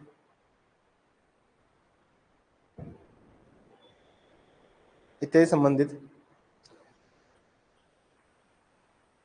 उन तथ्यों का अनुमान, उन तथ्यों का अनुमान, उन तथ्यों का अनुमान, उन तथ्यों का अनुमान, उन तथ्यों का अनुमान लगाए जाने वाले अन्य तथ्य, लगाए जाने वाले अन्य तथ्य, लगाए जाने वाले अन्य तथ्य, लगाए जाने वाले अन्य तथ्य सुसंगत माने गए हैं, सुसंगत माने गए हैं,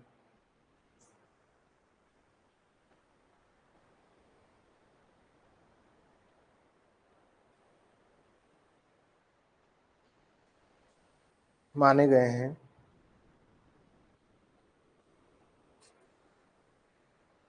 पैराग्राफ चेंज करके लिखिए। This section also talks about, this section also talks about evidence of similar facts. This section also talks about evidence of similar facts. This section also talks about evidence of similar facts.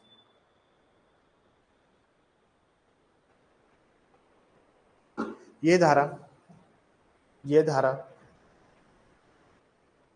ये धारा उन समान तथ्यों के बारे में भी बात करती है, ये धारा उन समान तथ्यों के बारे में भी बात करती है, उन समान तथ्यों के बारे में बात करती है जिनका साक्ष्य, जिनका साक्ष्य न्यायालय में, न्यायालय में पुनरावर्ती होने पर दिया जाता है, इनका साक्ष्य न्यायालय में पुनरावर्ती होने पर दिया जाता है, पुनरावर्ती होने पर दिया जाता है।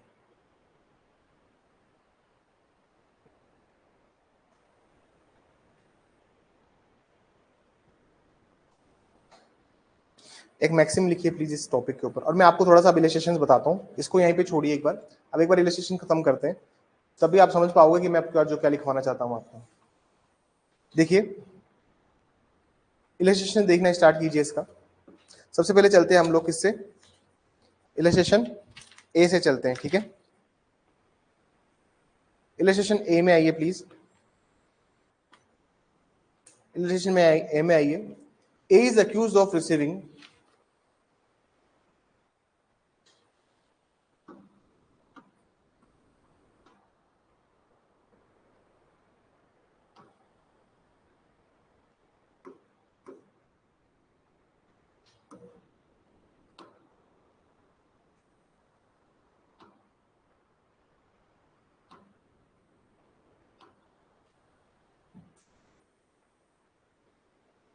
जी चलिए इलस्ट्रेशन ए में आइए और देखना, आप मुझे बताएंगे कि किसमें कौन सा फैक्ट दिया हुआ है, ठीक है। अब इलस्ट्रेशन समझना स्टार्ट कीजिए। इलस्ट्रेशन में देखिए, पहला इलस्ट्रेशन है, A is accused of receiving stolen, A is accused of receiving stolen goods knowing them to be stolen. It is proved that he was in possession of a particular stolen article. The fact that at the same time he was in possession of the many other stolen articles is relevant as tending to show that he knew each and all of the articles which he was in possession to be stolen. मतलब ये कह रहा है, क्या कह रहा है illustration, illustration simple भाषा में क्या कहना चाह रहा है कि भाई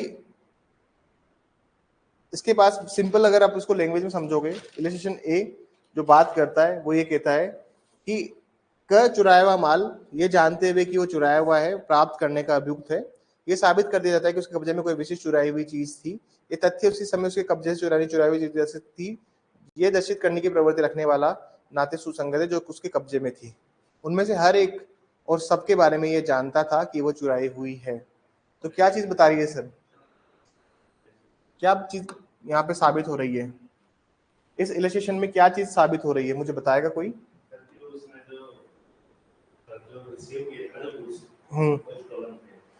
यहाँ पे क्या चीज साबित हो रही है? यहाँ पे ये देखिए, ये जो शब्द है ना, इनको पकड़ना सीखिए। क्या चीज साबित हो रही है यहाँ से?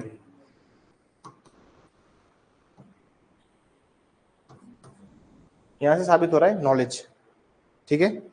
यहाँ से साबित हो रहा है ज्ञान, कि भाई उस आदमी को क्या था, ज्ञान था। और पता कैसे लगा? क्योंकि जब उसको उसके पास से वो चीज की प्रॉपर्टी रिकवर की गई, तो उसी टाइम पे उसके पास में और भी प्रॉपर्टी थी जो कि चुराई हुई थी। और वो सब चीजें भी क्या है सर, रिलेवेंट है। समझ में? दूसरा क्वेश्चन देखेंगे।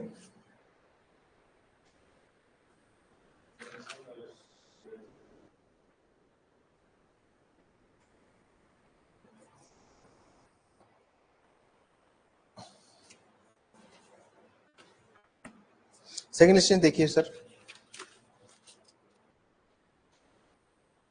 सेकंड क्वेश्चन में बोल रहा है, A is accused of fraudulently delivering to another person a counterfeit currency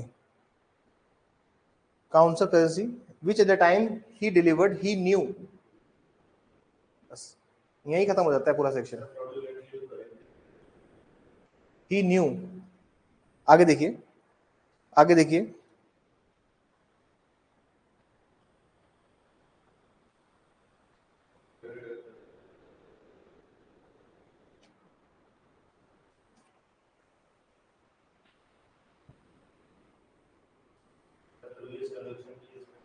हम्म हम्म क पर किसी अन्य व्यक्ति की कूटकृत मुद्रा के कपट पूर्वक परिधान करने का अभियोग है, जिससे वो परिधान करते समय ये जानता था कि वो कूटकृत है। जानता था, अभी जानता था जहां आ जाएगा मतलब क्या, उसको ज्ञान है। ज्ञान है, सिंपल सी बात है, मतलब ही हैज सफिशिएंट नॉलेज।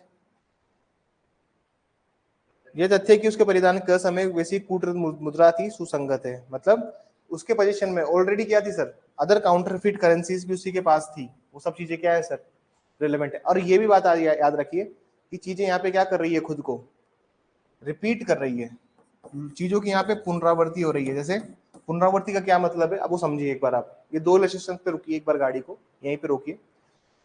चीजें क्या करती है सर, खुद को जहां पे रिपीट करने स्टार्ट कर दे।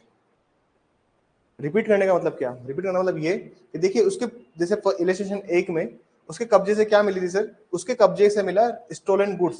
अब भैया चोरी की हुई संपत्ति है, आदमी कहीं तो बेचेगा ना। जैसे एक आदमी ने बाइक चुराई, ठीक है ना, अब वो बाइक चुरा के किसी जो बाइक को रीसेल करता है ना, जो पुरानी बाइक खरीदता बेचता है, उसके पास जाएगा बेचने के लिए उस बाइक को।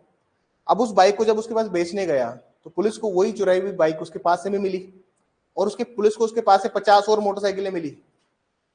तो कहने का मतलब क्या है, सिर्फ पहली बार नहीं खरीदी उसने, मतलब he is habitually associated with those offences. वो चुराई हुई संपत्ति हमेशा प्राप्त करता रहता है। 410 411 वाला ऑफेंस वो हमेशा करता रहता है। आईपीसी का 411 है, रिसीविंग स्टोलन प्रॉपर्टी। तो मतलब पहली बार रिलेवेंट नहीं है चीज, चीजों की रिलेवेंसी लॉन्ग टर्म तक है। भाई आपके पास से कोई प्रॉपर्टी मिली है मेरे को, हो सकता है ना कि आप बोल दो कोर्ट को कि सर बोनाफाइडी मैंने गलती से खरीद ली, क्योंकि तुम अगर अच्छे आदमी होगे तो तुम क्या करोगे, गलती से खरीद लोगे बोनाफाइडली। जैसे मान लीजिए आपके एक फ्रेंड वो बोल रहा है कि यार मेरे पास एक कार है, वो मेरे को बेचनी है। अब आपका दोस्त है तो आपने आपने क्या किया कि ठीक है यार, वैसे भी सर्दी आने वाली है और छोटी मोटी अल्टो अगर भी मिल जाए मुझे, तो मुझे ठंड बारिश से बचा ले, मुझे क्या दिक्कत है, कम से कम गाड़ी का हीटर चला के बैठूंगा तो गर्मी तो रहेगी गाड़ी के अंदर। आपने सोच के गाड़ी खरीद ली। बाद में पुलिस को बाद में आपको पता चलता है भैया ये गाड़ी तो क्या है सर, चोरी की गाड़ी है। तो एक गाड़ी है आपके पास में तो आप बोनाफाइडी हो, लेकिन अगर आपके पास में मल्टीपल चीजें मिल रही है तो क्या आप बोनाफाइडी हो? ऐसा कहेंगे कि आपने बोनाफाइडी, आप बोनाफाइडी परचेजर हो, क्या आपने अच्छे आशय से एक बार खरीद ली थी, लेकिन और आपके पास में जो 50 आर्टिकल्स मिल रहे हैं वो he was in the position of the many other stolen articles. तो ये चीज क्या शो कर रही है? नहीं साहब, बोनाफाइडी तो नहीं खरीदा है आपने। आपको पता है कि चोरी के सामान आप ही खरीदते हो। भाई सुनार है, उसके पास में ज्वेलरी मिली है, ठीक है, एक ज्वेलरी मिली तो समझ सकता है कि हाँ यार बोनाफाइडी है, लेकिन उसके पास में इतनी इतनी ज्वेलरी का ढेर है और सारी चुराई हुई संपत्ति, तो भैया फिर तो समझ में आएगा ना कि हाँ देयर इज समथिंग फिशी, हर चीज क्लियर नहीं है। वैसे देखो यहाँ पे भी सेम बात कर रहा है कि एक आदमी क्या करता है सर, एक काउंटरफिट करेंसी बनाता है, जाली नोट बनाता है, फर्जी फर्जी देखी ना आप लोगों ने वेब सीरीज, उसे एक नोट बनाता है। तो भैया मेरे जेब में अगर एक जाली नोट है तो समझ सकता हूँ ना भाई मेरे गलती से है, लेकिन पुलिस ने वही छापा मार दिया मेरे घर के अंदर, और मैंने वहां पे तारों में नोट सुखा रखे हैं सारे, वॉशिंग मशीन पे नोट घूम रहे हैं, चाय की पन्नी में उबाल रहा हूं मैं नोट्स को। तो it proves that I have sufficient intention, I have sufficient knowledge about the things, क्योंकि इंटेंशन भी तो पता लग रही है यहाँ पे, और नॉलेज तो है ही तुम्हें कि देखिए नॉलेज सिर्फ और सिर्फ फर्स्ट एलिमेंट को लेके है, लेकिन और जो तुम्हारे पास में बाकी चीजें मिल रही है तो वो चीज तुम्हारी इंटेंशन पता लग रही है। तुम कह रहे हो ना कि सर इसमें दोनों एलिमेंट्स है, तो दोनों एलिमेंट्स कैसे हैं सर? पहला एलिमेंट तो ये कि आपके पास में अगर स्टोलन प्रॉपर्टी तो आपको नॉलेज थी कि it is stolen. Second point समझिएगा, सेकंड पॉइंट ये कि अगर आपके पास में प्रॉपर्टी है और रिपीटेंस अगर चीजों का हो रहा है तो it means that you have intention also. तू बोनाफाइडी परचेजर है, तेरे को इंटेंशन नहीं हो सकती, तेरे को तो नॉलेज भी नहीं है उस चीज की। हाँ, गुड फेथ में आपने लिया है उस चीज को, लेकिन अगर चीजें रिपीट करना स्टार्ट कर देती ना खुद को, तो इंटेंशन नॉलेज हर चीज प्रूव होती है। समझ में आई? जैसे कोई चुराई हुई संपत्ति बेचना चाह रहा है आपके पास, आप उसको बता नहीं रहे हो, आपको पुलिस को इन्फॉर्म करना चाहिए ना कि सर ये चुराई हुई संपत्ति बेच रहा है एक आदमी मार्केट में। आपने क्या किया है? ओमिशन किया है, और ओमिशन से आपकी इंटेंशन पता लग रही है। तो जब चीजें खुद को रिपीट करना स्टार्ट कर देगी in the same similar circumstances, तो चीजें रिलेवेंट हो जाती है। समझ में आई? अरे बात समझ में आई? तो दोनों इलस्ट्रेशंस क्या है सर? दोनों इलस्ट्रेशंस क्या है सर? रिलेवेंट है। बात समझ में आई? इलस्ट्रेशन सी छोड़ दीजिए, इलस्ट्रेशन सी है ना, सी को मैं आपको सी जो इलस्ट्रेशन है इसको मैं आपको ONP के साथ पढ़ाऊंगा। सी को छोड़ दीजिएगा प्लीज, अभी सी को छोड़ दीजिए, डी में देखिए, डी में आइए प्लीज। डी बोल रहा है the question is whether A is the acceptor of,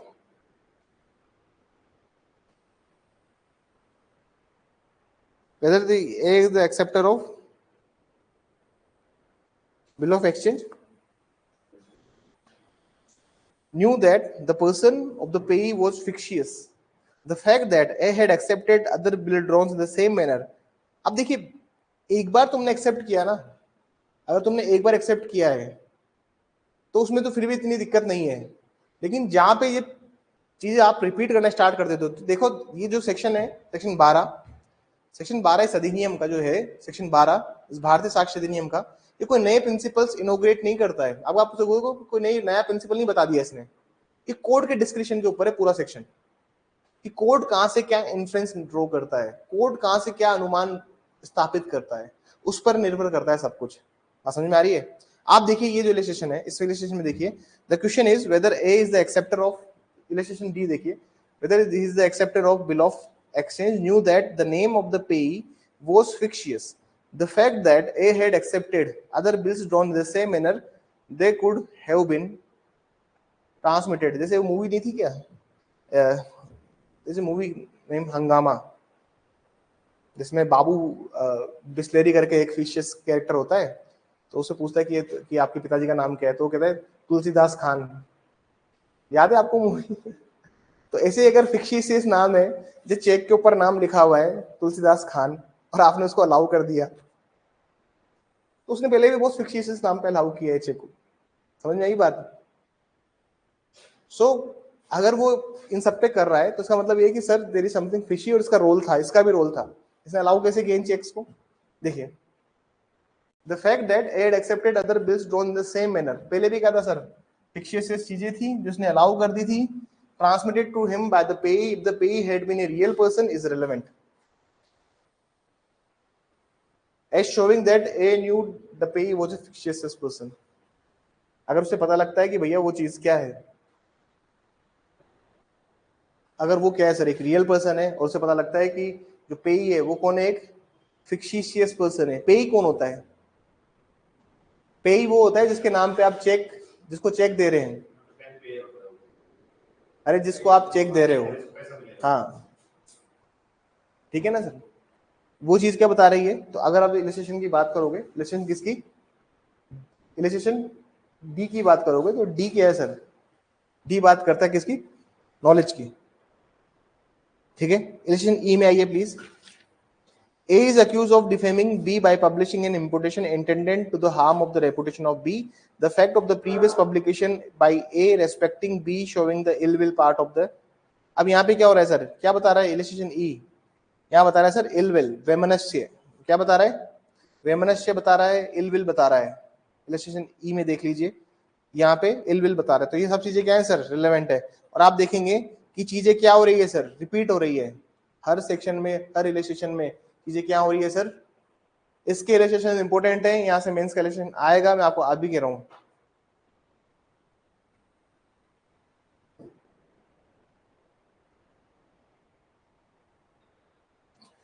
ठीक है, इलस्ट्रेशन एफ में आइए। A sued B for fraudulently representing B that C was solvent, whereby B induced to trust। अब यहाँ पे देखिए कंडक्ट से पता लग रहा है आपको, ये जो कहते थे ना सर कंडक्ट का कैसे पता लगता है भैया? ए ने क्या किया है? बी को सू किया है fraudulently representing to B that C was insolvent, where B being induced to trust C who was insolvent suffered loss। The fact that A represented C to be, illustration समझिए, ये इलस्ट्रेशन क्या कह रहा है? F, इसको समझने की कोशिश कीजिए। एफ देखिए, एफ इलस्ट्रेशन की मैं बात करता हूं, ख द्वारा क पर ये बात लाया जाता है, मतलब ए सू बी।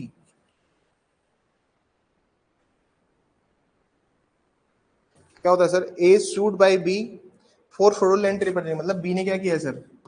ए पे सूट फाइल किया है। क्यों फाइल किया है सर?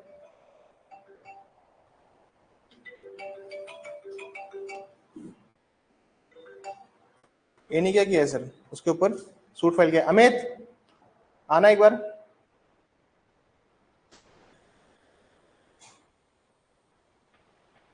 उठा लिया। क्या हो रहा है यहाँ पे? समझने की कोशिश कीजिएगा। देखिए बहुत ही टफ नहीं है, बहुत ही आसान सी भाषा है, मैं आपको अभी भी स्पष्ट कर देता हूँ। देखिए समझना इलस्ट्रेशन को। A sued by B for the fraudulent represented to be that C was insolvent. क्यों क्यों केस फाइल किया है? क्योंकि सर ए ने ये बताया कि सी क्या है सर? सी सॉल्वेंट है। सॉल्वेंट का मतलब होता है सर इसके पास में ये दिवालिया नहीं है, पैसा है इसके पास में। और जैसे मान लीजिए मैं आज कोई दोस्त आता है मेरा, मेरे साथ कोई दोस्त है, ठीक है ना, आप मेरे को कहते हो कि सर ये मेरे से पैसे मांग रहा है, आपका दोस्त है सर, कैसे इसकी आर्थिक स्थिति कैसी है? मैंने कहा बहुत बढ़िया, मतलब 5 उंगली घी में तैर रही है इसकी। और आपके पास पैसा था तो आपने लोन दे दिया उसको 10 लाख का, बाद में मालूम पड़ता है कि ये तो कंगला है, कुछ नहीं है इसके पास। तो आपने कंडक्ट किया नहीं किया? क्या आपने इंस्टिगेशन किया नहीं किया? क्या आपने वो बातें छुपाई नहीं छुपाई जो आपको बतानी चाहिए थी? समझ में आ रही है? तो इंटेंशनली आपने किया नहीं किया? क्या पता 10 लाख के लोन में आपका भी कुछ 1-2 लाख का मुनाफा हो, अरे हो सकता है ना। समझ में आ रही है? तो इंटेंशन इज ऑल्सो हियर। जो आपको सोल्यूशन बताया था मैंने कि कंडक्ट के थ्रू भी आपकी इंटेंशन पता लगती है। तो आप यहाँ पे क्या पता लग रही है सर? यहाँ पे क्या पता लग रही है? इंटेंशन। नॉलेज भी समहाउ, नॉलेज भी तो है ही उसे।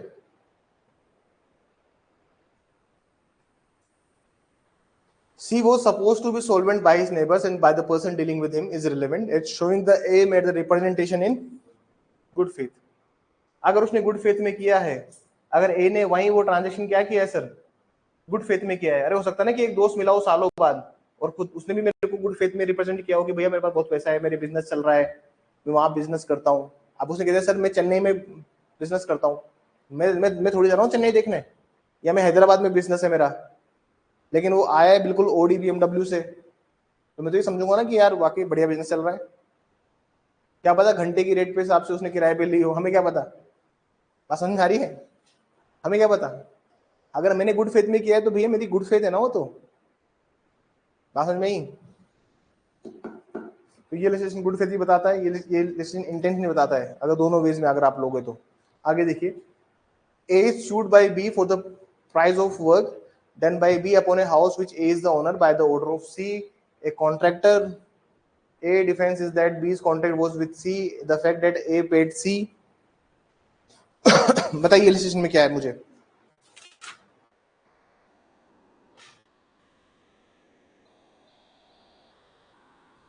जी लेजिस्लेशन बताइए please.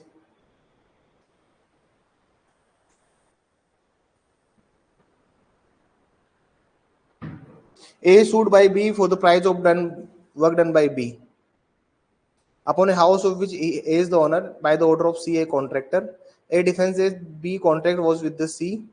The fact that A paid C for the work is relevant, is proving that A did in good faith make or the management of the।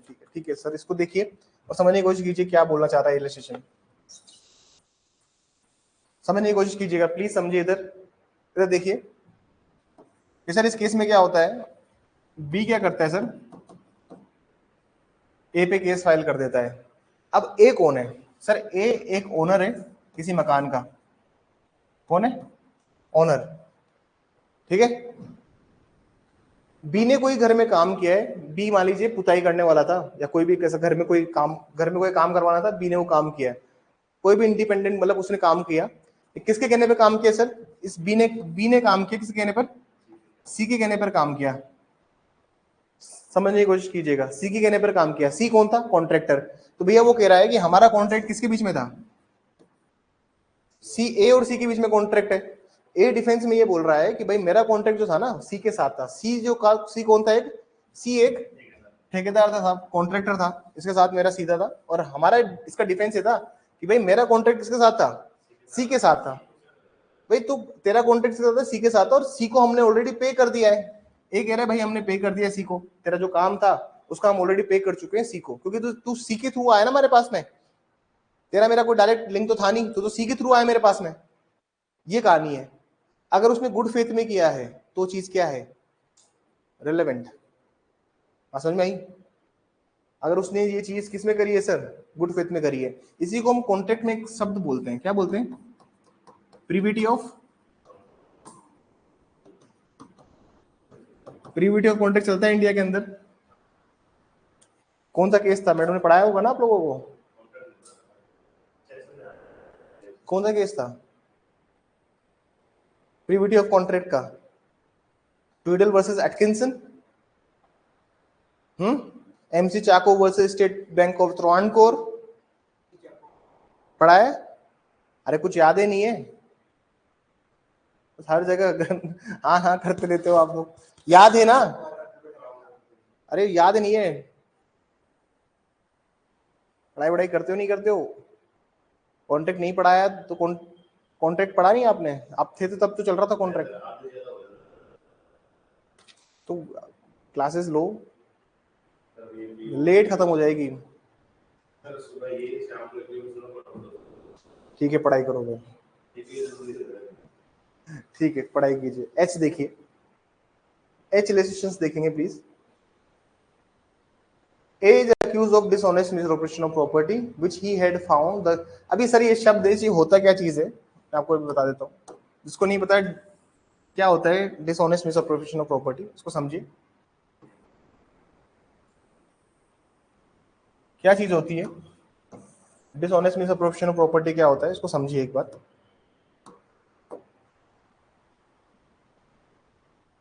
क्या होता है ये, जब हम कहते हैं दुर्विनियोग, बेईमानी से दुर्विनियोग, होता क्या चीज है सर, इसको हम लोग सिंपल भाषा में अगर मैं कहूं तो मैं इसको मैं डीएमपी कहता हूं, क्या कहता हूं। अब होती क्या चीज है, मान लीजिए रोड पे तुमको कोई प्रॉपर्टी मिली है, क्या मिली है, सड़क पे तुम्हें एक पर्स मिला, अब उस पर्स के अंदर एड्रेस है, आधार कार्ड है, फोन नंबर भी मिल गया, सब कुछ है उसके अंदर, और एड्रेस ऐसा है कि तुम्हारे घर से 2 किलोमीटर भी नहीं है जहां वो रहता है, लेकिन तुमने क्या किया, कोई जहमत नहीं उठाई। क्या किया तुमने, कोई एफर्ट नहीं किया। तुमने उठाया और सुना पर्स मिला है, उसमें थे कड़क कड़क नोट, तुमने जेब में रखे और पर्स को फेंक दिया। या फिर तुमने नोट रख लिया और उस आदमी को बोला कि यार भाई तेरा पर्स मिला है, पर्स को पकड़, नोट तो थे नहीं उसमें। समझ में ही बात। He is accused of dishonest misappropriation of property which he had found. The question is whether when they appropriated it, he believed in good faith the real owner could not be found. क्या उसको ये विश्वास था कि जो real owner है उसको आप ढूंढ नहीं सकते। The fact that public notice of the losses of the property had been given in the place where A was is irrelevant. और अगर मान लीजिए उसने सबको बताया था, जहां ये पर्स मिला था उसने आसपास के दुकान वालों को बताया कि भैया पर्स मिला है, कोई ढूंढना है तो बता देना। ये बंदे ने बताया था कि मेरी प्रॉपर्टी खो गई है, पब्लिक नोटिस दिया था।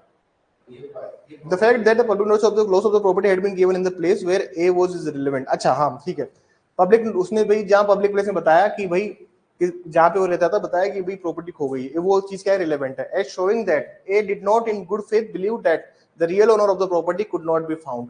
उसको लगता है कि भाई गुड फेथ में नहीं है कि उसको ओनर मिला ही नहीं मिला। The fact that A knew had reason to believe that the notice was given fraudulently to see who heard of the loss of the property wishes to the said false claim is relevant, as showing the fact that A knew of the notice that did not disprove the A's good faith. ये भाई किसकी बात कर रहा है, good faith की बात कर रहा है और नोटिस की बात कर रहा है। नेक्स्ट क्वेश्चन देखिए प्लीज।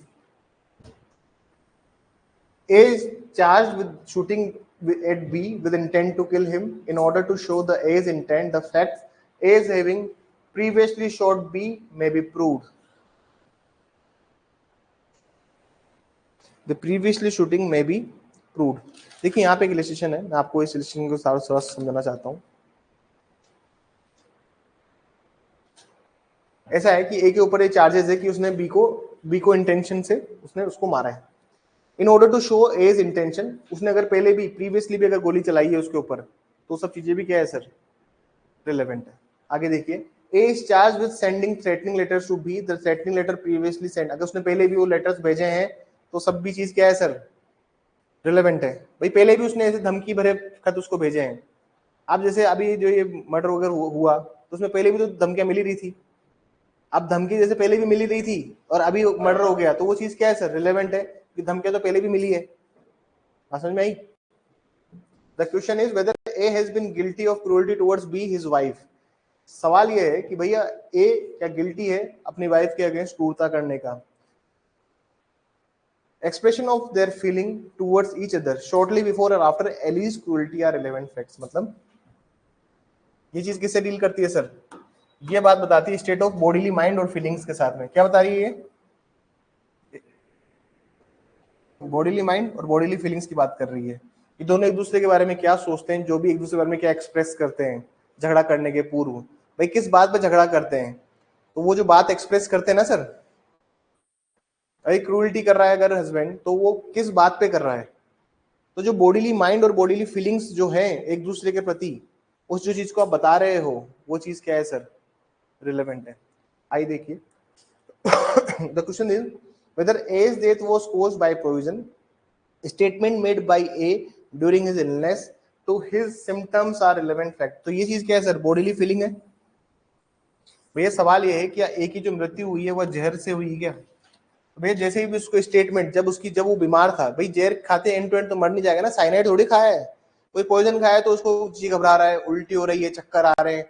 वैसे अरे किसी ने क्या किया, वो छिड़काव करते हैं ना खेतों में पेस्टिसाइड का, अब किसान भाई बहुत ध्यान तो रखते हैं वैसे, लेकिन वो मुंह पे गमछा बांधते हैं, नहाते हैं पूरा आके रगड़ रगड़ के, फिर खाना खाते हैं। लेकिन मान लीजिए किसी ने सीधा खाना खा लिया, दवाई छिड़क के आया था, घर वाले खाना लेके आए थे, उसको बहुत भूख लग रही थी, तो जब बाद में नहाऊंगा, ये तो होता है, लापरवाही हो जाती है ना खेतों में, अंदर पेस्टिसाइड छिड़क रहे हैं, भाई खाना के घर से पहले खाना खाते हैं।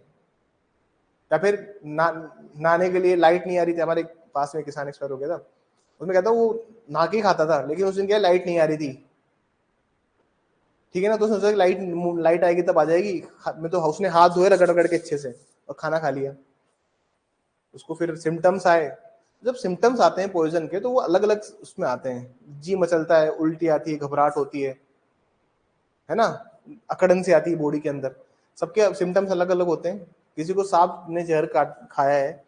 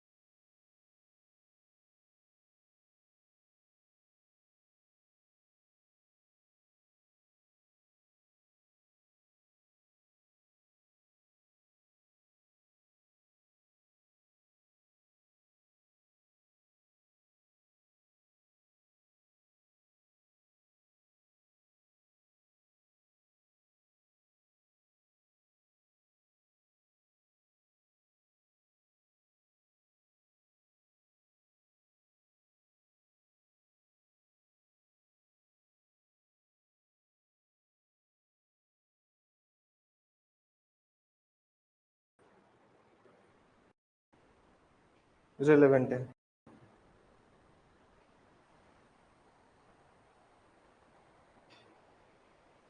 वो सारी चीजें रिलेवेंट है। अब हम आते हैं इलिस्ट्रेशन एम पे।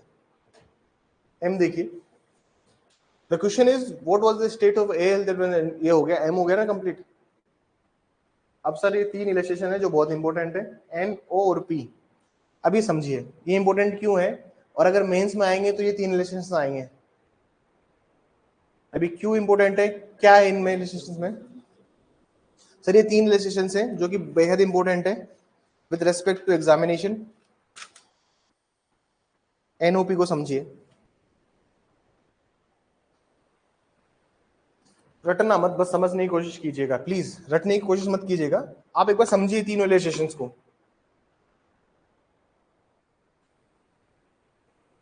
प्लीज इनको समझिए। A sues B for the negligence in providing him with a car for hire not reasonably fit for use, whereby A was injured. The fact that B's attention was drawn on the other occasion to the defect of the particular car is relevant. The fact that B was habitually negligent about his car which he led to his hire is irrelevant. कहने का मतलब क्या है और समझने की कोशिश कीजिए। सर इस केस में ऐसा होता है कि भैया बी क्या करता है, बी अपने पास एक, इसके पास बहुत सारी कार है, इन सब कारों को ये बी क्या कह देता है, किराए पर देता है, ठीक है ना, इन सब कार को किराए पर देता है। एक केस फाइल करता है बी के खिलाफ कि भैया जिसकी कार थी ये रीजनेबल फिट नहीं थी यूज करने के लिए, इसको किराए पर नहीं देना चाहिए था, ठीक है। और उसी की रिगार्डिंग बहुत सारे लोगों ने पहले भी शिकायत की हुई थी बी के खिलाफ, बहुत सारे लोगों ने पहले भी शिकायत की हुई थी कि भैया इसकी जो कार है इसमें ये दिक्कत है। मान लीजिए इसकी कार में ब्रेक कम रहते हैं, ठीक है ना, ब्रेक डाउन है इसकी कार के, ये समझ लीजिए आप। अब ये उस टाइम पे तो क्या था सर, कार वगैरह चला नहीं करती थी उस टाइम, तो क्या लेकर आता था, अच्छा इन्होंने कार कर दिया, पहले कुछ और था शायद ना, यहाँ पे कैरिस थी पहले, घोड़ा गाड़ी थी पहले, अभी इन्होंने कार कर दिया है। देखिए पुराने ब्रेक में देखिए, पहले शायद, पहले क्या था यहाँ पे, पुराना ब्रेक था क्या आपके पास? पुराने ब्रेक में शायद घोड़ा गाड़ी थी यहाँ पे, ये रहा ब्रेक पुराना वाला। मैं तभी सोचू कि इसमें कार कहाँ से आ गया।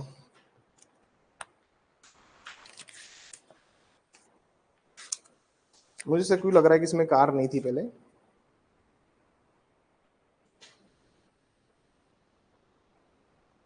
पहले कैरिस थी, कैरिस थी पहले ना, अब इन्होंने कार कर दिया है यहाँ पे। पहले क्या थी, कैरिस, अब इन्होंने कार कर दिया है यहाँ पे, ठीक है कोई बात नहीं, इन्होंने समझाने के लिए अपडेट कर दिया रजिस्ट्रेशन में कार को। देखिए अब क्या था सर, ये चीज रिलेवेंट हो सकती है कि पहले भी लोगों ने कहा होगा भाई तेरी गाड़ियों में ब्रेक कम होते हैं, तेरी गाड़ी में क्या होते हैं, तेरी गाड़ियों के ब्रेक कम है। लोगों ने पहले भी इसको समझाया होगा कि भाई तेरी गाड़ियों के ब्रेक सही नहीं है, तेरे गाड़ियों के ब्रेक्स डिफॉल्ट है सारे। लेकिन अगर आप ये बात कहो कि बी हैबिचुअली नेग्लिजेंट है, तो ये चीज क्या है सर? इररिलेवेंट है। आप ये कैसे कह सकते हो कि वो आदमी नेग्लिजेंट है, लापरवाह आदमी है? ये बात कह सकते हो क्या? हाँ, वो सब चीजें रिलेवेंट है जहां पे वो कह रहा है कि भाई बहुत से लोगों ने उसको पहले भी बताया है कि तेरी कार में ब्रेक कम रहते हैं, वो चीज क्या है सर? रिलेवेंट है। लेकिन अगर लोग ये कहते हैं, अरे लोग अगर ऐसे कह देते हैं कि ये एक नेग्लिजेंट आदमी है, तो वो चीज क्या है सर? इररिलेवेंट है। वो चीज इररिलेवेंट है। ये बात समझ में आई? आगे देखिए, A is tried for the murder of B by intentionally shooting him dead. मतलब यह केस चल रहा है स्टेट वर्सेस ए, और केस क्यों चल रहा है सर? केस चल रहा है सर क्योंकि ए ने क्या किया है? बी को मारा है। The fact that A on the other occasion shoot at B is relevant. B is relevant as showing his intention to shoot B. The fact that A was in habit of shooting people, उनको मारने के लिए वो लोगों को गोली मारता है। भैया ए की बी से दुश्मनी हो सकती है, उसने उसको पहले भी गोलियां मारी है, वो चीज रिलेवेंट है। लेकिन ये थोड़ी ना है कि ए हमेशा लोगों को गोली मारता है। ए सी के ऊपर भी गोली मारता है, डी के ऊपर ही मारता है, ई के ऊपर ही मारता है, एफ के ऊपर ही मारता है, जी के ऊपर ही मारता है। जरूरी क्या ए सबके ऊपर गोलियां मारता है? तो ये चीज क्या है सर? ये चीज क्या है सर? इरेलीवेंट है। लेकिन ए ने बी को पहले गोली मारी है, उसको इंटेंशन है उसको गोली मार से मारने की, तो वो चीज क्या है सर? रिलेवेंट है। लेकिन ये चीज क्या है सर? इररिलेवेंट है। क्या चीज इररिलेवेंट है? कि भैया उसकी क्या है? हैबिट ऑफ शूटिंग है, सब लोगों को गोली मारने की उसकी ये क्या है? आदत है। समझ में आई बात? हिंदी में बोलूं तो, हिंदी में बोलूं तो मृत्यु कार्य करने के लिए विचारित करता है तथ्य कि अन्य अवसर भी ख पर आसन किया था, क ख पर आसन किया जाना दर्शित करता ना सुसंगत है। ये तथ्य कि क लोगों को उनकी हत्या करने के लिए आशीष है, अमन करने का अभ्यासी था। मतलब कोई अभ्यासी थोड़ी था, हैबिचुअल थोड़ी था वो। ये थोड़ी ना कि वो C D E F G सब पे गोली मारता रहता है दिन रात, उसका एक ही काम है सबको गोली से मारना। This is not the point ना। Let's come to the next point. A is tried for the crime. The fact that he said something indicating an intention to commit that a particular crime is relevant. The fact that he said something indicating a general disposition to commit crimes of that class is irrelevant. क्या बोलना चाह रहा है ये? कि देखिए ऐसा है, A is tried for crime. भैया ए का क्या किया है? ए को ट्राई किया भाई, इसने जो भी क्राइम इसने किए हैं। The fact that he said something, उसने कोई भी फैक्ट बोला जिससे क्या बात पता लग रही है? उससे इंडिकेट हो रही कोई इंटेंशन। मान लीजिए ए ने कोई बात कही, जिससे ये कोई भी बात कही जिससे क्या होता है? अपराध करने के लिए आशय पता लगता है। मतलब ए ने कुछ भी कही तो उससे क्या लगता है? ए का इंटेंशन पता लगता है कि इसका क्या इंटेंशन था।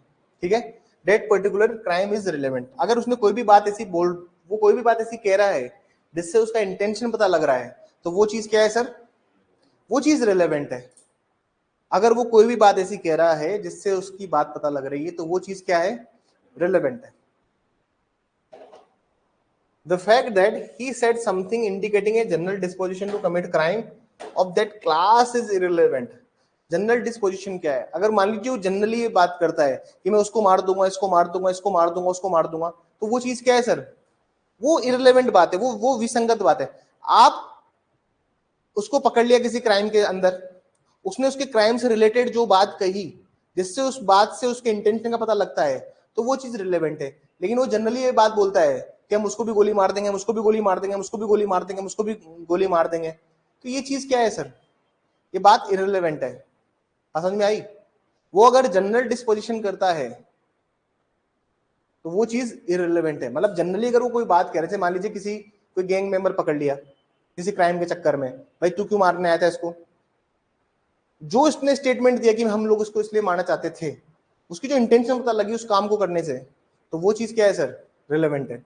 लेकिन अगर वो कहता है कि हम उसको भी मारेंगे, उसको भी मारेंगे, उसको भी मारेंगे, उसको भी मारेंगे, सबको मार देंगे, एक भी आदमी को नहीं छोड़ेंगे, तो ये चीज सर इररिलेवेंट ही है। क्योंकि वो क्या कर रहा है सर? एक general, the fact that he said something indicating a general disposition to commit crimes of that class, is irrelevant, वो चीज इररिलेवेंट है सर, ठीक है ना। अब एक इलस्ट्रेशन छुड़वाया था मैंने, इलस्ट्रेशन सी। अब सी में आइए, सी और ओ को साथ में पढ़ेंगे। इलस्ट्रेशन सी और पहले ओ समझ में आ गया था, मतलब ओ का मतलब ये कह रहा था कि सर वो एक बी के खिलाफ मारता था, ये तो इंटेंशन पता लगती है, वो चीज रिलेवेंट भी है। लेकिन अगर वो कहता है कि पहले भी हैबिचुअली लोगों को गोली मारी उसने, द हैबिट ऑफ शूटिंग, वो अभ्यास थे बिल्कुल सबको मारने का, तो इस चीज क्या है, इररिलेवेंट है। अब मैं आपको इलस्ट्रेशन सी के साथ में थोड़ा पढ़ाता हूँ इसे। निकालिए सी को। A sues B for damages done by the dog of B, which B knew to be ferocious. The fact that the dog had previously bitten X, Y, Z, they made complaints, are relevant. Are relevant. Illustration कौन सा N होगा इसका? N होगा ना, N। तीनों ही same है, ठीक है, ठीक है। तो कहने का मतलब ये है सर, अगर आप दोनों इलिस्ट्रेशन को देखोगे, आप इलिस्ट्रेशन सी को और बाकी जिससे कंपेरिजन करोगे, तो देखो सर ऐसी बात है कि इलिस्ट्रेशन एन, ओ और पी, ये तीन इलिस्ट्रेशन जो थे, वहां पे तो वो चीज क्या थी सर, वहां पे तो वो चीज रिलेवेंट नहीं थी, लेकिन यहाँ पे सब चीजें रिलेवेंट है। क्यों रिलेवेंट है, इसका मैं आपको बहुत रीजन बता देता हूँ। देखिए सर, किसी का मर्डर करना इज वेरी स्पेसिफिक ऑफेंस। कौन सा ऑफेंस सर? बहुत ही स्पेसिफिक ऑफेंस होता है with cases of murder, crime. Crime करने का जो ऑफेंस है, इट्स वेरी स्पेसिफिक ऑफेंस। लेकिन अगर मान लीजिए कोई भी सू करता है, damage done by the dogs of B which knows to be ferocious, the fact that a dog had previously bitten XYG and they had made the complaints to B are relevant. अगर complain B से करी तो sir वो चीज relevant हो सकती है, लेकिन जहां पे हम कहते हैं कि मल्टीपल आदमियों की हम बात करते हैं, जैसे अब ऐसा था, कुत्ते ने सर खाया किसको है ये बताओ? ए को खाया, डॉगी किसका है? अरे बी का डॉगी ना, जिसने ए को खाया है, ठीक है। The fact that the dog had previously bitten X, Y and Z, और जो भी उससे कंप्लेन बनाई गई थी, वो सब चीजें क्या है सर, वो रिलेवेंट है। बात समझना, वो रिलेवेंट है। मल्टीपल टाइम्स अगर ऐसा हो रहा है तो रिलेवेंट है। लेकिन अगर वहीं पे अगर हम बात करते हैं गोली मारने की, तो हमने क्या बोला था कि भैया गोली मारी है, और बहुत सारे लोगों को भी इसने पहले भी काफी लोगों को गोली मारी है, पहले भी इसने काफी सारे लोगों को शूट किया है, तो वो चीज वहां पे क्या थी, इररिलेवेंट थी, विसंगत थी। ये हैबिचुअली गोली मारते लोगों को, वो चीज विसंगत थी। वहां पे विसंगत क्यों है, फिर यहाँ पे सुसंगत क्यों है? मतलब सवाल ये है कि सर गोली मार रहा था सबको, तब तो आपने कहते हैं इररिलेवेंट है, हैबिचुअली लोगों को गोली मारता है, ये चीज इररिलेवेंट है। लेकिन जब कुत्ता खा रहा है उसको, सबको कुत्ते ने काट लिया है, तो वो चीज सर सुसंगत कैसे हो गई, वो चीज रिलेवेंट कैसे बता दी आपने? ये सवाल था यहाँ पे। देखिए सर, गोली मारना बहुत स्पेसिफिक क्राइम है अगेंस्ट सोसाइटी, समझ में आई बात? इसलिए वो चीज क्या है सर, अगर किसी के ऊपर गोली चलाई जाएगी तो पुलिस रिपोर्ट तो होगी उसकी, कुछ तो होगा। देखिए, गोली मारना is a very specific offence, rather rather कुत्ता काटना is not a very specific offence. Done, ठीक है, समझ में आए दोनों का अंतर? ठीक है, दैट्स ऑल फॉर टुडे। फिर से स्टार्ट करते हैं 15 मिनट में।